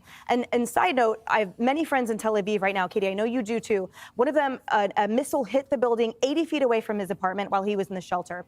It destroyed the entire block. Somehow his apartment was okay because it was protected by the buildings. He said, we're experiencing what we've never experienced before. But he said, but it's necessary to finish the job and destroy the nuclear facilities in Iran. That is someone that understands the message, understands patriotism, and understands an existential crisis that they're facing. How do you see it, Greg? Many different ways, Jesse. I'm glad you asked. First of all, I'm always surprised that people that are so against trade wars are more open to real wars. Isn't that? Don't you find that kind of like they like the people that are? What? Well, also, a trade war is a lot more optional than a real war, one would think, right? There has to be a genuine fucking threat. They just don't like this made up fucking trade war nonsense. And also, why would you ever have one? Why do you even need a trade war? If you're in an adversarial situation with another country, shit or get off the pot. Trade wars, they always talk about the blowback of a trade war. We talk about it forever. But with real wars, we don't. We don't even know what's next after we decide to do this. And we often don't. That's unlike every other war in the history of humanity. With Iraq and Afghanistan, there is a lot of blowback. At least with trade wars, you can turn off the spigot. You can go back in time and stop it. No, you can't. What? Tell that to all the people who are going to lose their fucking business. You're not, because you're wearing garments, using microphones, and sitting at a table made in China. Go back in time? God damn. We haven't checked in with him in a while. Did he have a head wound? About the America First thing, that was why Trump was elected. But it's not like he isn't being America First already. It's like been 150 days. We've seen, look at the border. No crossings, no releases, workers' rate. And yet the same amount of fentanyl in the country. Weird. Workers' wages are up, pared down. No, they're not. All the wage growth came because of a Social Security expansion that Biden did in his last year. It all hit in the month of April and then started going up for May, and it will peter out. You can't rely on it. It will not change the overall GDP of the year. That it weighed very heavily on a certain class of people's wages, but everybody else's either were stagnant or going down. Dummy. Regulations, increased industry, redefining military readiness and priorities. So he didn't just walk in and say, you know what I'm going to do first? Bomb the goats out of Iran. So the idea, this is what bugs me about. That was underlined because it was presumed to be a joke. About the people that are screaming about Trump being hawkish. The idea that he somehow fell under the spell of Lindsey Graham, it's divorced from context. The guy is doing America First every single day. So maybe this might not be a contradiction. In his mind, it might logically make sense in the Trump universe. But that's only if Iran is a true threat. And that's where the question is. In a way, Iran is like an unstable teenager who posts online about wanting to shoot up a school. Yeah. You know, when do you take their threats and capabilities seriously? Like, you know, do you know what his capabilities are? Does this kid have guns at home? We don't know. So you have to weigh the costs. Is like hold on. Who cares what that isn't even the angle you get to work. You motherfuckers hope he's got guns at home. What are you talking about? Hold on. I'm having issues with my trackpad not wanting to wake up, and it's very strange. Is that plugged in there? It is. Okay, good. Should wake up in just a moment. There we go. You guys want him to, like every toddler, to be like handed a gun with an American flag on the top of it whenever they're born. That the cost of inaction is inaction. It's inaction. So America First has two lanes. America First, and what are the options in the Middle East that are best for American interests? So they kind of cross and then go. Yeah. How? back to what you said when you asked Katie. God damn it. He's just talking in circles. I mean, this is turd polishing 101. We elected Trump for his instincts and his gut instinct. And, you know, maybe he knows a way to defend our staunchest ally without sacrificing our sons. And he doesn't do things that he thinks will end badly. That's one thing we know. He jumps in when he sees a path and I think he senses Israel has done the work. And I think that's another thing that he respects Israel for, is that they always do the work. He likes. Oh, God. And I think he sees this event, Israel. Right. He'll take any situation where somebody else does the work for him as a winning bet. I think you're right. But in fairness, I think you're right. Without Israel having done all the work up to this point, I think a lot of people would not be as open-minded to this. And remember, they support Hamas. What? Fuck off, Harold. Jesus Christ, man. Nobody was premising the idea that Trump either had the balls or the gall or the intelligence or the focus or even the attention span to attack Iran first. Of course he dovetailed behind Israel doing it. He's not a leader. And the sad thing about this kind of a follower being in the White House is that this guy follows strength or the illusion of strength. Hezbollah and the Thanks, Houthis, Joe. they have done, it's not just a kid at home putting stuff up on social media. They have done, not only on social media, they've acted on some of it through their proxies. So Yeah, no, it's a tough it was a rough analogy, Harold. Yeah. It wasn't. Shit analogy, but you can't say that on, I don't know, basic cable. Real thing. Don't nitpick the analogies, My Harold. goodness. Come on. I'm done here. Let me write that down. I have things to do. And you can argue you can take Israel completely out No, you don't, Greg. of it, and it's about U.S. interests. Not I want to make an analogy about which Karen I think Reed. it is. Okay, and Greg will have Karen Reed the whole hour. Again, no Whole hour, commercials, Karen the whole hour. Yeah. Up next. Don't go driving with her. Arnold stuns the lady Whoa. of The View. All right, let me go back to here. There we go. Hi, chat room. Yeah, my trackpad is it's like alive, but it's not. There it is. It finally woke up. All I had to do was unplug it and replug it in a bunch of times. I fixed it. Oh, God. So aggravating when I have to go through that. Hit the like, by the way. Share the show if you would. Now, weird take. Though Ron Paul, obviously is against this attack on Iran because he's a Russian stooge, and that's why he cares. And again, you can have a legit reason for thinking we should go in. You can have a legit reason for thinking we shouldn't go in. That we should be involved in an Iranian strike, and we should. There's a whole spectrum of thought out there, and legitimate people can have a genuine disagreement. But let me explain something to you directly. None of the people that we are addressing on the right actually give a shit about Iran or Israel's overstepping or whether or not we're going to get involved in a forever war. Russia's partnered with Iran, and they are relying on these folks to talk them down. So, but this is a weird one. This is from the Ron Paul report. The silence from Elon Musk is deafening. We hope that he hates what he sees with this war. I have to say, I feel like this is where they get this from, other than like, hey, he's got Russian handlers. We've got Russian handlers. I hope he speaks up because he's got a bigger reach than we do. I don't know how they do Ron Paul's show. I think they just sneak into like demo homes. Here, Navy SEALs 3 rules for surviving a real-world assault. Rule number 1. Don't be in one. Always fight dirty. Okay, major breaking Trump news. crashed the Donald global Trump market. has just single-handedly Try to be optimistic about it because we have to think of the future. No, you don't. The future will happen or not happen, and you have no fucking control over it. We have to think of the future while we carry a box of knives down a wet staircase in slippers. Don't know Elon Musk. They don't call them walkers.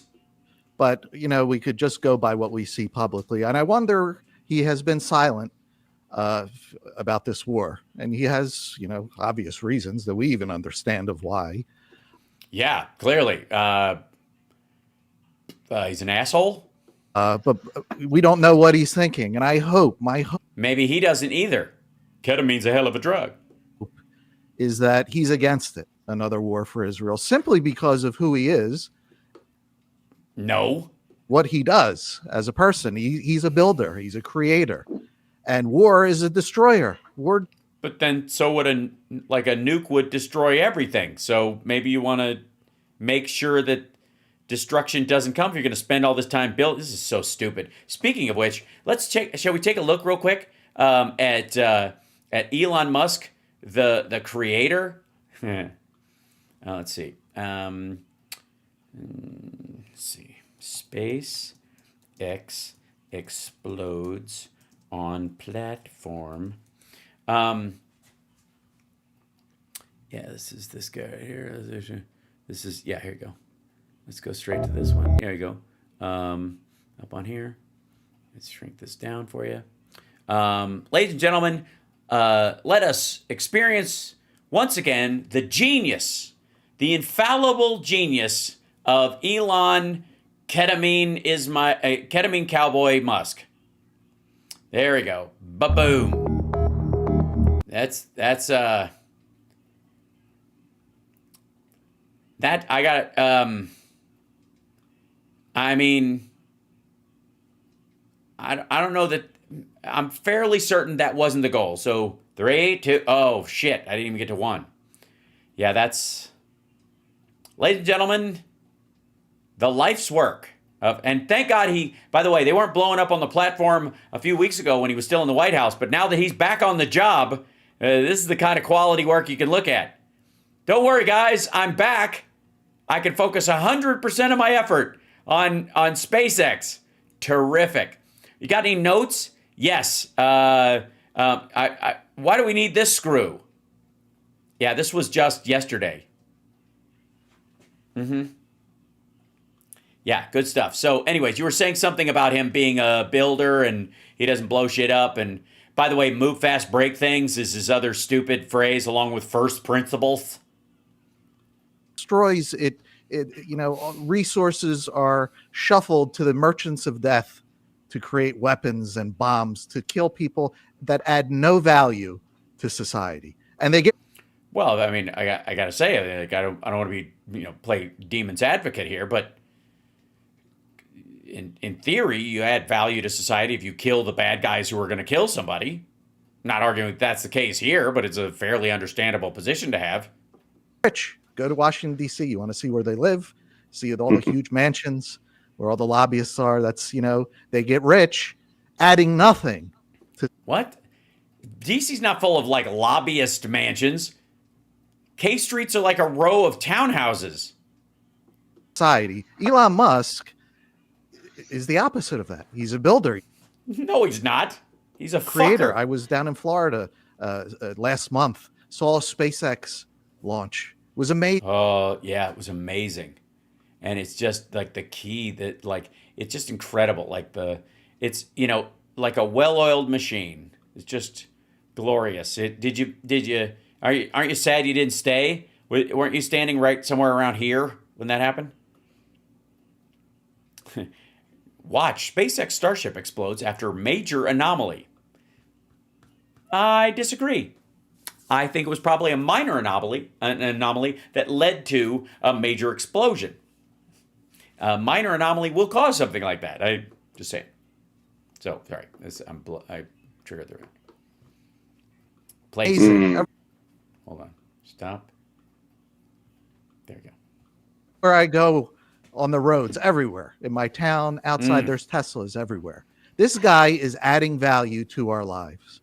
So I don't know what he thinks. He's silent right now.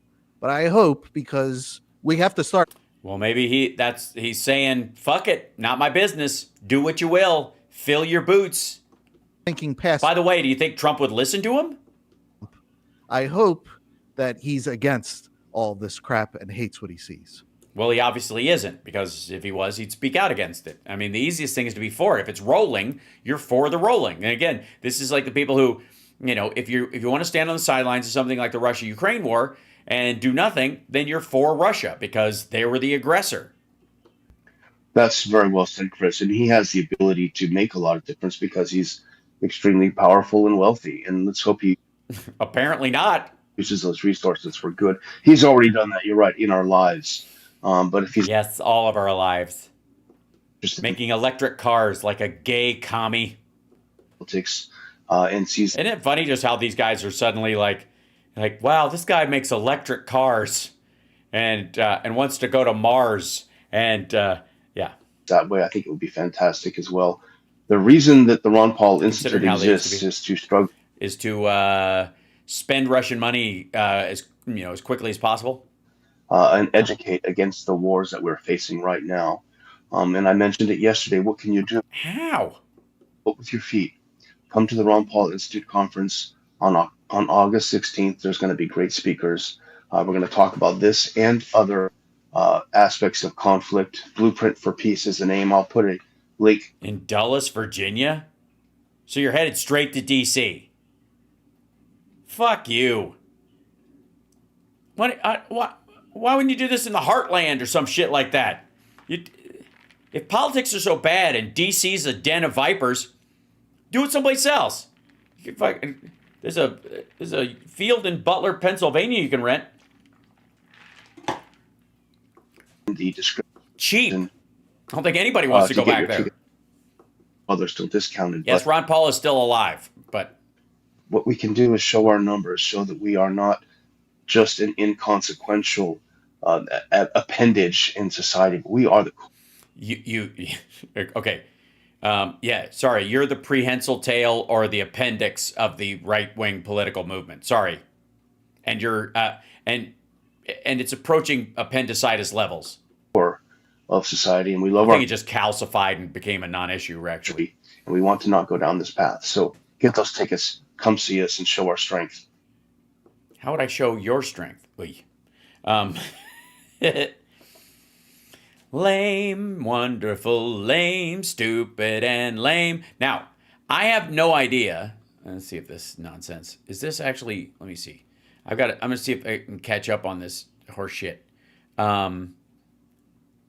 Let's see. Go to videos on this because I have to find one thing for you. This is part 3 of 2. Yeah, I don't think. Yeah, probably not. So Nugent's only dealing with the LA stuff, right? That's his whole thing. Oh, hold on. I've got to slip past this. And then he's selling shoes now? Is that what's happening? Let's watch Ted Nugent try to avoid talking about Iran and Epstein for 3 minutes or something. For walking, and I walk all over you. Gung, gung, gung, gung. And look at these shoes. You know, I never consider what I'm going to wear on stage. Welcome back to the Ted Nugent Spirit Campfire. We know. Truth, logic, and common sense is like rocket fuel on a campfire. Right. Where you can roast your marshmallows within a quarter mile of my ass with those flames of freedom coming out. It's so beautiful I can hardly stand myself. But I stand myself. Join the crowd. Adequately to give to you, to provide entertainment, education, truth, logic, and common sense. But these shoes are given to me up in Wisconsin where we raise money. Go to hunternation.org. I'm going to put this on the screen every show. Team, make sure no matter what, whether I'm talking about it or not, we just flash tednugent.com where I'm signing all these flags and all these autographs and guitars and bows and arrows and. Yes, it's a yard sale. We get it. That's it. Your wife is making you sell everything because it's starting to smell. Millions of dollars for charities, including the Ted Nugent Camp for Kids 36-year celebration, 501c3 nonprofit, 100% volunteer children's charity. Oh dear. Barack. Mannet mango. What? Nectar is so delicious from Prime Cuts. But these shoes, they raise money. I don't never contemplate what I'm going to wear on stage. I go, do I have some jeans that are clean? Where's the lightweight stuff when it's 100 degrees and I sweat? I sweat so much on stage that you could flush a mallard from in front of my amplifiers. Flush a mallard. Barack. Man. Okay. I got some good toxic syllables coming out this morning, don't I? By the way, not morning. We film this, we tape this, we capture this. on Thursday so I can go nuts. Oh, good. Yeah. Cool. So fresh off the shitter. What is this? Yeah, 4 hours ago. So this will air on Saturday. But tell everybody, there's a Ted Nugent Truth, Logic, and Common Sense Spirit Campfire. Yeah, I'm not. Get to something. Jesus. Force to reckon with. She was a force. Okay, that's was going to give us a grandson this summer. So much.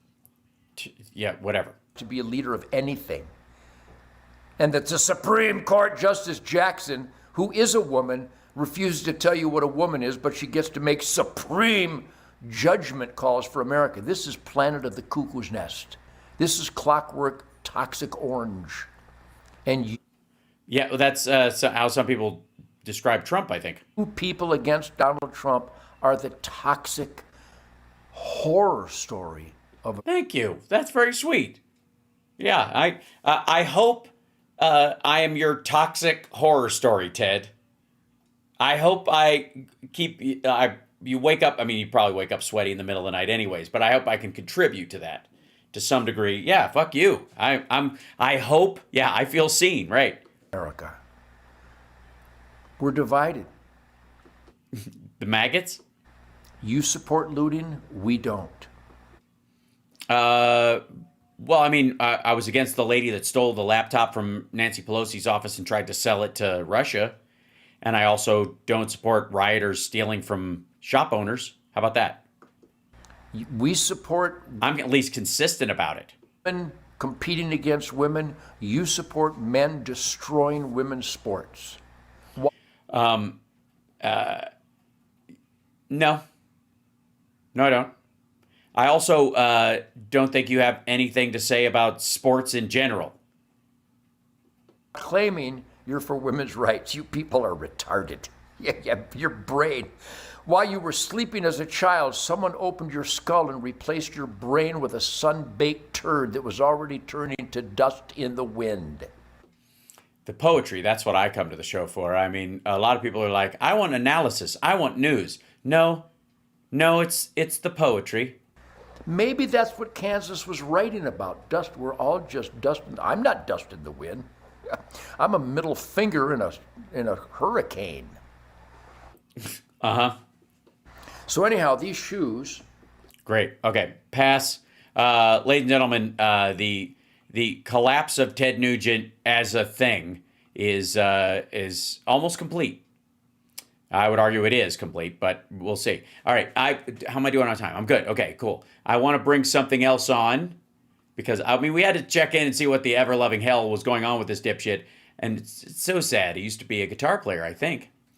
There is, okay, yeah, that's the Theo Von thing or whatever. We don't get to talk about this guy. I'm gonna jump into this real quick, too, because this is, sometimes we go to the right-wing version of the conversation, and now I want to show you the far left, the allegedly far left also, because I don't necessarily believe this is Richard Wolff, this asshole that is not an economist, but plays one on TV or on YouTube, who used to be a regular on Tom Hartman's show until we fixed that. Welcome, friends, to another Wolf Responds. Welcome, friends, to another Wolf Responds. Uh-huh. I call this one simply War. He does. He does. Wolf Responds, War, all caps, exclamation point. So, in case you were confused. Because we are surrounded, you and I, by news and alarms and pictures of burning buildings and missiles. Yeah, but that was just because I was watching like 80s hard rock videos yesterday. We're drowning in war. War. So, good God, y'all. What is it good for? Absolutely nothing. Say it again. Drowning in war. Good God, y'all. War. Say it again. War. So that's what I want to talk to you about. Great. Here we go. At least somebody can break it down. Somebody that will tell us, especially from an economic point of view. President Trump campaigned on ending what he called the forever wars, which he blamed on the Democrats. Yeah, he was full of shit then. He's full of shit now. And He had a good part of justification in doing that. yes, dough-headed fucks all across the spectrum actually believed him and helped him get into the White House, even though he was lying through his teeth the entire time. After all, it was Mr. Biden who got the U.S., and I say that intentionally, the U.S. into being the partner for Ukraine in the war against Russia. Fuck off. Okay, there is no war against Russia. Russia declared war on Ukraine when they attacked. Shut the fuck. What?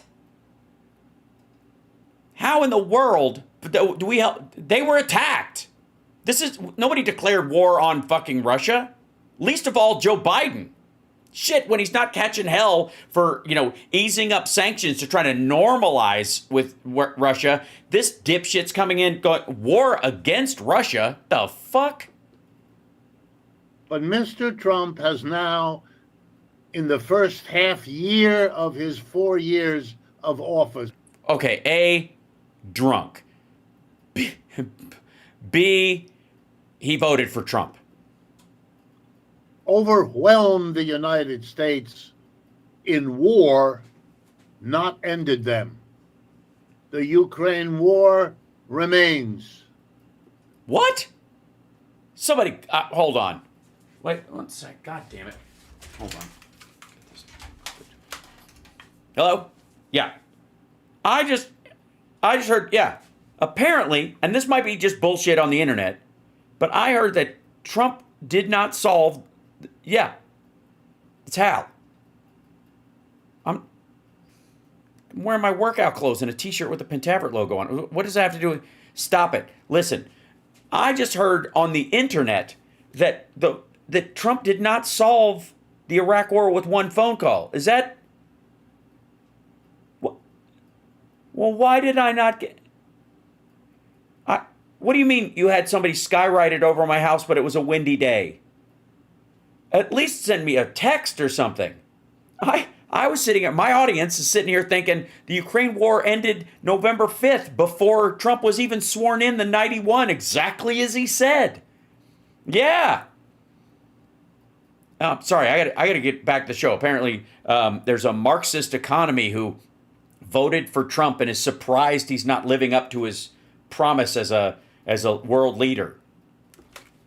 The Israeli war, I love you too, on the Palestinians in Gaza remains. Yeah, he called him a cancer. He called him a problem. He said you have to solve it quickly. He said he was the best friend Israel would ever have, and Netanyahu would ever have. I do need a red prop phone. You're right. Scapegoat. And now the Israelis, to the wonderment of a world. The wonderment of a world. A small country like that. Yeah. So weird. Already using other countries, mostly the United States' money and weapons to rain mostly terror down on a largely defenseless Palestinian population. That little country of Israel is now undertaking a war that it started against the 90 million people. 94. Israel has somewhere between 7 and 10 that are not Arabs whom they oppress. So they're warring against... They're whoring against them? On with its 90 million people. And as if that war weren't bad enough. I think it is. Mr. Trump, and remember, the United States is not part of that war. Since when? Not legally, not by declaration, not by any discussion in the United States Congress that I'm aware of. Right. Yeah. It's. I know that people voted for Trump so that he would override all the other branches of our government. Yeah. That's. I don't know why anybody would. Again, he's talking to his audience. So would these people be shocked, or are they like, I know? Has demanded, I quote you now from President Trump, Please do, but also do the hand gestures. The unconditional surrender of one of the two sides. I'll leave it to you to guess which one. Shit. I didn't prepare for a pop quiz. God damn it. Hold on, I've got to, let's see. Okay, this is the, try to, there's only two sides. Iran or Israel. That's right, Israel is the smaller one. I don't know if that's a factor. It's not even. Iran is the side that Tucker likes, but Trump's been calling Tucker kooky lately, so maybe that's. He wouldn't really ask. I'm gonna go. Hold on. I think I'm ready. Do I? Shit. I mean, is it? Oh God, I'm so nervous. Is it? I'm gonna go with Papua New Guinea. Fuck! See, I got whenever the professor's on, I should prepare for one of his dipshit, abstract, rhetorical quizzes that mean nothing. And if the news is correct, Pakistan has threatened to enter the war on Iran's side against Israel. It isn't. And I want to remind people, Pakistan does have nuclear weapons. So does Israel and so does India. And if Pakistan hit Israel with a nuclear weapon, Israel and India would fire upon Pakistan. And it wouldn't involve any of us. None of this is worth it. Worth what? Not for the American people. Not for the Canadians, certainly. Not for the Israeli people. Not for the Iranian or the Iranian people, yes. Pakistani people. No. Might be good for India, perhaps China. Russia might get something out of it. We don't know. This is not in anyone's interest, except small groups of politicians and military commanders and the industries that profit from the military commanders. And their friends, and their friends' friends, and their friends. They may get something out of this. Yes. I mean, they'll have their skin cooked off of their body and their muscles turned into jerky and their bones incinerated in an instant, but they'll die rich. But they're a tiny group of people compared to all those threatened in their livelihoods, in their bodies and minds. In their Buddhas. And in life itself. Al Sparks, is Wolf advocating panic? Yes, but poorly, thank God. When things get to this point, you know. You've got an itch, and it's not going to go away unless you scratch it. That something basic is wrong here because reasonable people would not work themselves into such a situation. What the fuck is going on here? What is this? He's got 300,000 subscribers on this fucking channel. This is an 11-minute video. We're only 4 minutes into it. It's got 73,000 views. What the fuck are people watching? What is this? There's plenty of oil in the world. Yeah, and we should stop using it anyways. Don't need to kill each other over it. Yeah, we're not killing each other over oil. This is not about oil at all. It used to be. It's not. You can increasingly say that the fights that are happening in the Middle East are about the death of oil and the end of oil and moving away from oil, which is going to mean that the last few powers that live off of oil are going to jockey for strength. Stupid. There are plenty of ways to resolve conflicts. Yes, I agree. Just smack your hands together and whoever can do this the longest. Israel Arab, Israel Iranian, and which would be Persian, but they're run by Arabs. So on. And so on, and so on. That don't require mass destruction and killing. Yes, I agree. Game of Chinese checkers or perhaps some leg wrestling. That's always the important thing to remember. It is. I feel like I need a bottle when I'm impersonating this guy. Let me say something. I'm an economics professor. I'm a professor of economics. Economics.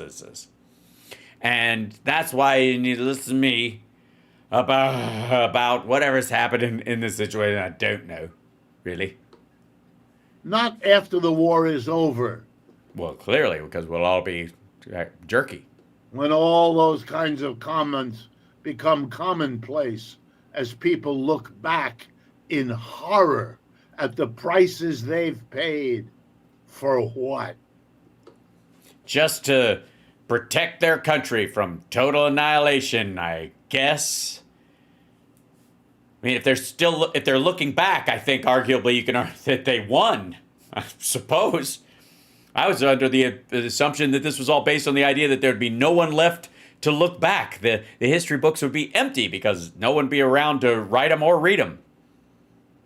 No. Let's do it now. Yeah. When it matters. Stop this craziness.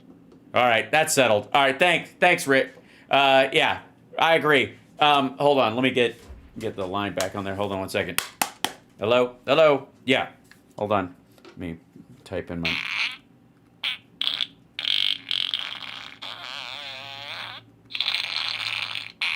Okay. Yeah, we just decided, can we just call the whole war thing off? Yeah.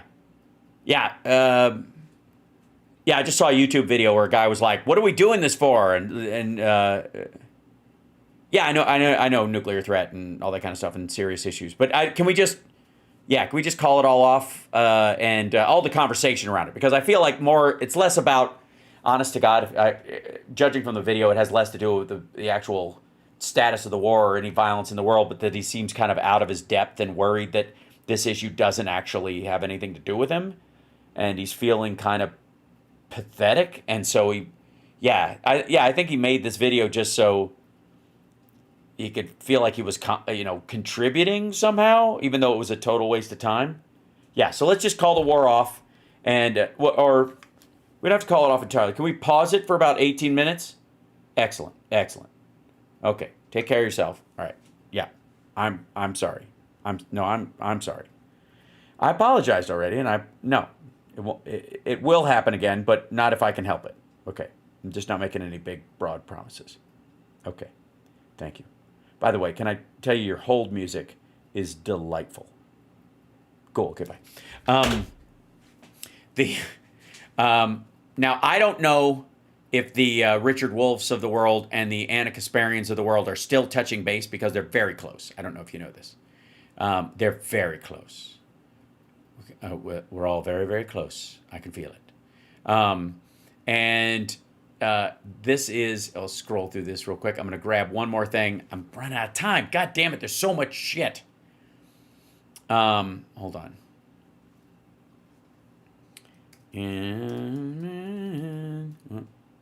There we go. Dunk. And filters today. There we go. Yeah, so she was on CNN. She was on Her Take. Yeah, that's what it is. And what's his name was on there as well. And it was, PBD sidekick Adam was on there with him. It's the Muslim mum. Let's see if they... Iran, we can't do all while this. it hasn't officially pulled out of the non-proliferation agreement, they violated both the spirit and the technical limits of the JCPOA. But they're not in the JCPOA anymore. That doesn't exist. But this is Trump. Because Trump killed it. You said that out of that deal because they violated it. You said that, But Anna, listen, the uranium, you guys have no fucking idea what you're talking about. You just said Her Take, that's what I like about Her Take, is that it takes these big complex issues and it settles them down, and everybody can, we can get a look at this elephant. Anna, you don't need to be emotional. Just talk. What's up with you bitches? Way to just fly in there, dipshit. Frustrating when people. Okay. Here, the hold on. JCPOA is the Iran nuclear deal. Right, you said they pulled out of that in 2018. Here's why. You said they still complied after they pulled out. They were still part of the Non-Proliferation Treaty, which is separate. Hold on, let a guy speak for a second. All you guys are doing is debating minor little details. Let a guy speak. And all you guys are debating minor details like the JCPOA. Are you pro-Iran or anti-Iran? It sounds like you're very much pro-Iran, and I don't understand that. I'm not pro-Iran the or mental anti-Iran. gymnastics I'm you not must pro-Israel or do to be anti-Israel. anti-Israel. Hey, look at that. Anna Kasparian is talking exactly like Tucker Carlson. Look at the world and what it's become. Iran, pro-America. It's very hard to be what you are because you're very confused. I know you guys use on one the hand same... you're pro-America, but then you're pro-Iran. I know. Hold on. You don't believe in Israel, but you believe Iran. Hang on a second. Sense to me. It seems to me that. By the way, can I just say, this is a show on the Blaze, on the Blase. And I would file this under, do these assholes think this is what they were going to be arguing about 6 months ago? We're concerned we are killing innocent people and we're Not getting only that. America in another forever war. Not only that. Okay, but it's my understanding, and again, that Iran is not trustworthy. And I've heard this from. I'm reading on my Lenovo pad or whatever the fuck I have that they're not. It says right here, not trustworthy. I've got it underlined. Well, they underlined it for me when I got my email this morning about what I was supposed to say on the show. First people. Our generous benefactor, Patrick Beck David, included that you cannot trust the government. So when I'm looking at examples of the ways they violated agreements, okay, they promised they would not enrich uranium beyond 3.67%, but they began enriching up to 20%. When they were in the JCPOA. But why did Trump pull out He pulled out because Bibi doesn't want the JCPOA. Bibi wanted to go to war with Iran. He's wanted regime change. One of these days, one of these girls will look my way and not be overcome with disgust. I thought if I came on the show, the chances of me getting laid would go up fivefold. But now I'm just staring at Jillian thinking, oh my God, this woman is more of a man than I am. This is the perfect circumstance. How did I end up on her take? How much? How far have I fallen? How much have I lost? I wish I could have Botox too, but they wouldn't let me in their little room. While they were prepping for the show, I was standing outside going, hey ladies, holding a complimentary beverage that I got from Craft Services, which frankly is ass. But I've been at the Blase before and they always turn out this way. Fairly certain Anna Kasparian could take me in a wrestling match. I don't know why I came here dressed like a sea captain from Caddyshack. No one does. All they know is I'm a sad, sad little man from the Peanut Butter Dickhead podcast trying to branch out and have a career all my own. So you're saying that Bibi Netanyahu controls Trump? Trump's the most honest person in the world. You're saying that Bibi Netanyahu controls Trump. Is that what you're saying? Yes, I do. Okay, I think the Israeli government controls our government, yes. Well, that's your opinion. That. No, it's not an opinion. You're wrong, but that's entitled to your opinion. It's based on AIPAC. So you're saying that Trump... It's based on money in politics. It's based on the fact that Netanyahu go to the U.S. to invade Iraq and then didn't even send IDF soldiers. He had 4,000 of our soldiers die in Iraq based on a false premise of weapons of mass destruction. Like you care about American soldiers. I do care about American soldiers. Sorry. Again, I would like to remind everyone that these are very serious issues and a bunch of inserious people yelling over each other, and none of them actually want a result from these arguments. None of them. Care about American taxpayers who's trillions of dollars on this trash when we are dealing with $37 trillion in debt. So now you're a fiscal conservative. Yeah, I am a fiscal conservative when it comes to spending our resources on wars that we shouldn't be fighting on behalf of a foreign country. Let me understand this. You're saying that Trump is so weak and such a pussy that he just listens to whatever Bibi does? Is that what you're saying? I don't think he's weak or a pussy. I think Well, he's you just said Bibi controls him. transactional. I do. I think he's both of those things, quite frankly. He's pusillanimous. I don't think he's, a vagina. He doesn't have that kind of strength. He's transactional. And I think that he buys this ridiculous narrative that Iran was behind the 2 assassination attempts when there isn't even a shred of evidence other than Netanyahu declaring it. So- Wait, hold on, guys. Wait. Can we please talk about? Wouldn't it be nice if they could argue about something else they agreed upon? Oh God, the whole thing. Dum dum dum dum dum dum stupid dumb silly stupid dum dum.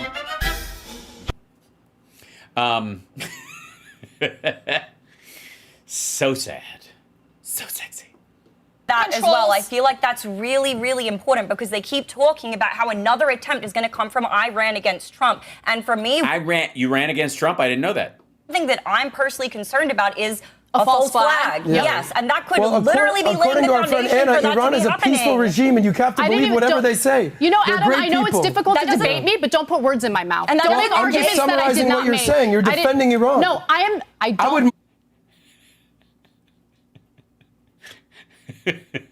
You know what it is? It's good TV.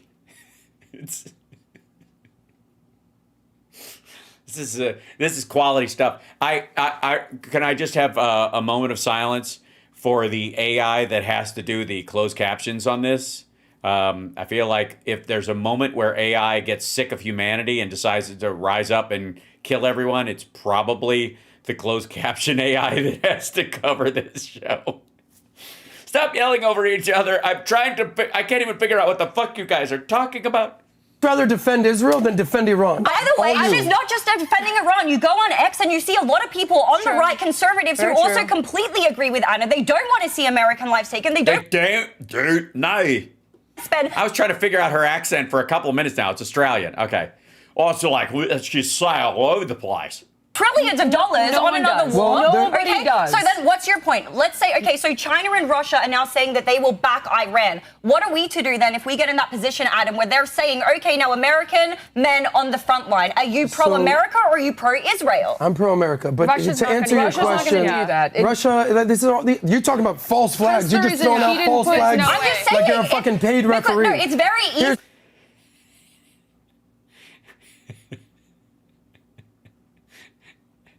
Everyone at this table went home angry. I want you to know that. I want you to know that during the stressful day that you might have had or stuff. I'll tell you a little inside story. I was running errands this afternoon, and my car stopped running.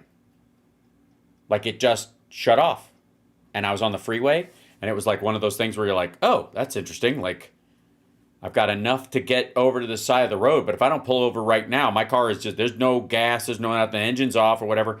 Pulled over, I had 1/8 of a tank of gas. I was going to get gas as part of what I was doing, and I had plenty to get where I was going. I wasn't going far, like 2 exits, and my car stopped running. Well, apparently my gas gauge is broken, and it sticks at 1/8 of a tank. So I had no idea how much gas was in there. So now I've got to keep filling my car up at half a tank until I can get it fixed because I don't know when it's empty. So pulled over, heat warning today, as our dear friend CSL will back me up on this, 107 degrees at 5 o'clock. Right now it's 107 degrees. It was hotter earlier. It was like 109. I'm sitting in a hot car, and luckily Summer had to take one of the kittens that we had fostered. We got her back from the lady that got her, but so she had to get her shots, and the lady returned her because she didn't fit well with the dog, and so Summer had to take over there. When she was done, she had to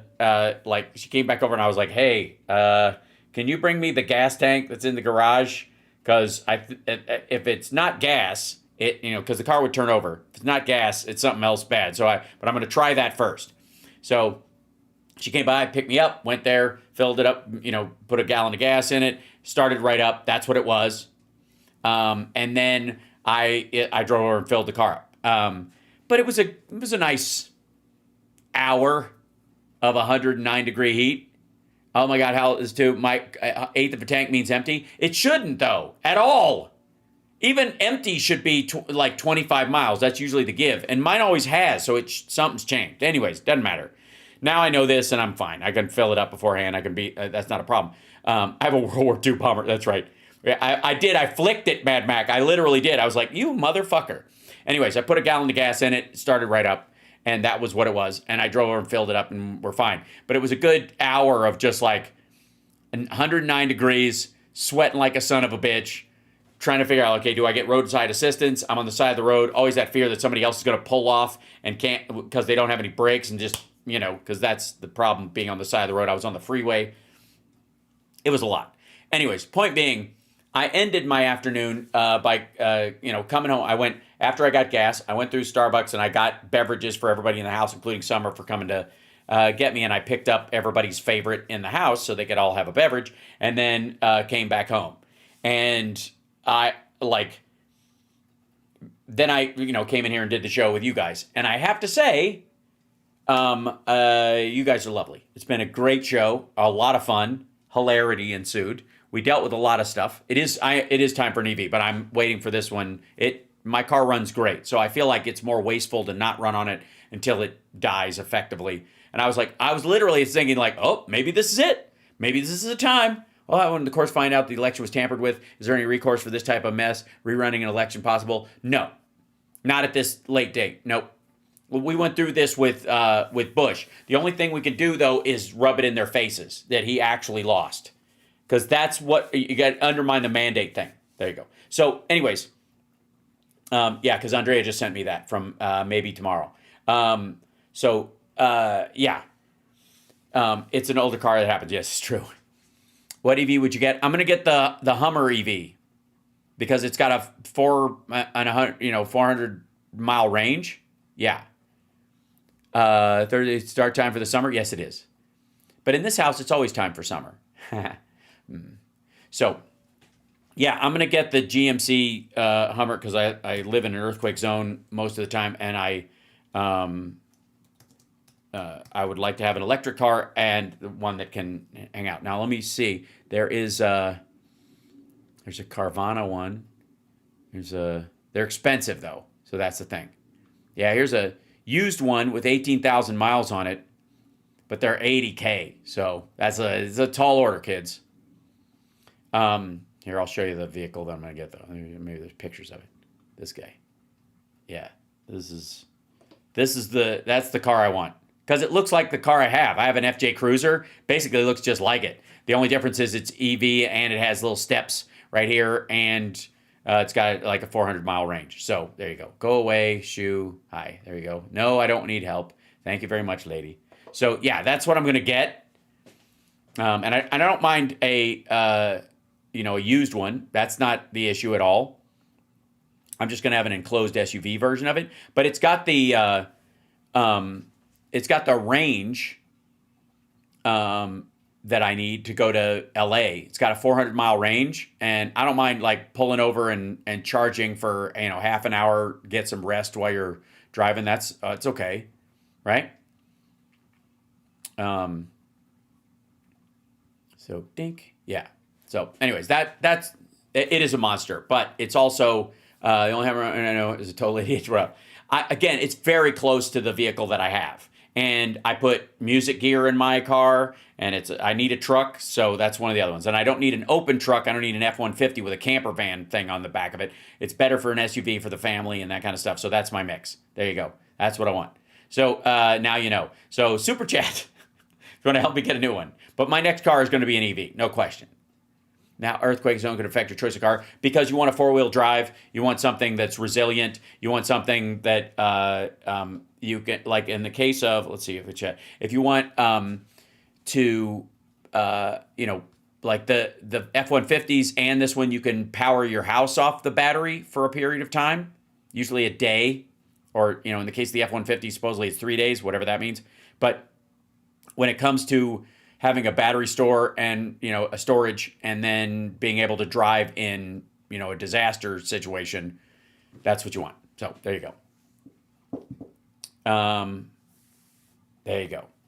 And let's see, we're closing up on this one. Yeah, I'll let you guys go, and I will see you guys tomorrow. Take care of yourselves and take care of somebody else. And tomorrow morning, Friday Eye, so much to talk about because I haven't seen Rob in like 2 weeks.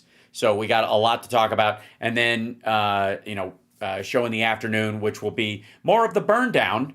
I do expect, though, that Trump has said it's going to be 2 weeks until he makes his decision, which means whenever Netanyahu wants him to, he's going to launch the attack. And it'll be sooner rather than later. There's no way that he's going to put this off. It's happening. I'm just telling you. You can even say, like, well, here, I'll show you this thing that this is in Tel Aviv. Mr. President, finish the job. This is these are billboards in Tel Aviv that call on Trump to finish the job. That's the direction this is going. Anyways, take care of yourselves and take care of somebody else, and I will see you tomorrow-ish. Something like that. Twice. Now I gotta go feed the fam. Hey, and we're on Kick too, and we even have a viewer. Kick.com. All right. What's up, Kick.com? Come on now. Does Kick.com actually, can you chat via the restream on there? You should be able to, right?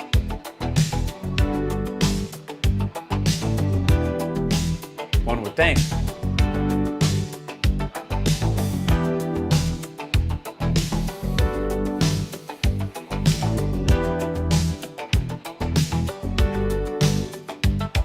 Okay, and credits. Come on, roll, you silly thing.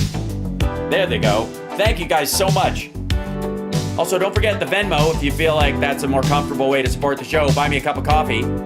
Or 30,000 of them.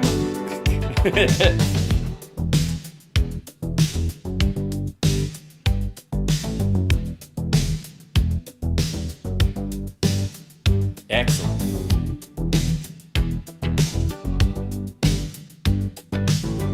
What? Man, I'm tired of being right. The sportos, the motorheads, geeks, sluts, bloods, wastoids, dweebies, dickheads. They all adore him. They think he's a righteous dude.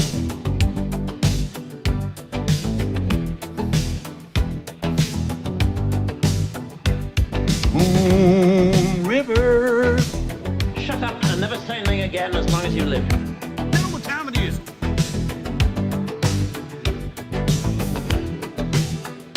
How, in the name of Zeus's butthole, did you get out of yourself? Man, you are one pathetic loser. Geez, you're real nice. If I didn't have puke breath, I'd kiss you.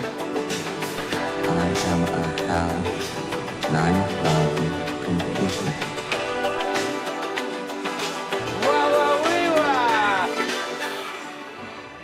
He's gonna take the fucking thing away from you. He's gonna kill you with it, and then he's gonna have sex with your face.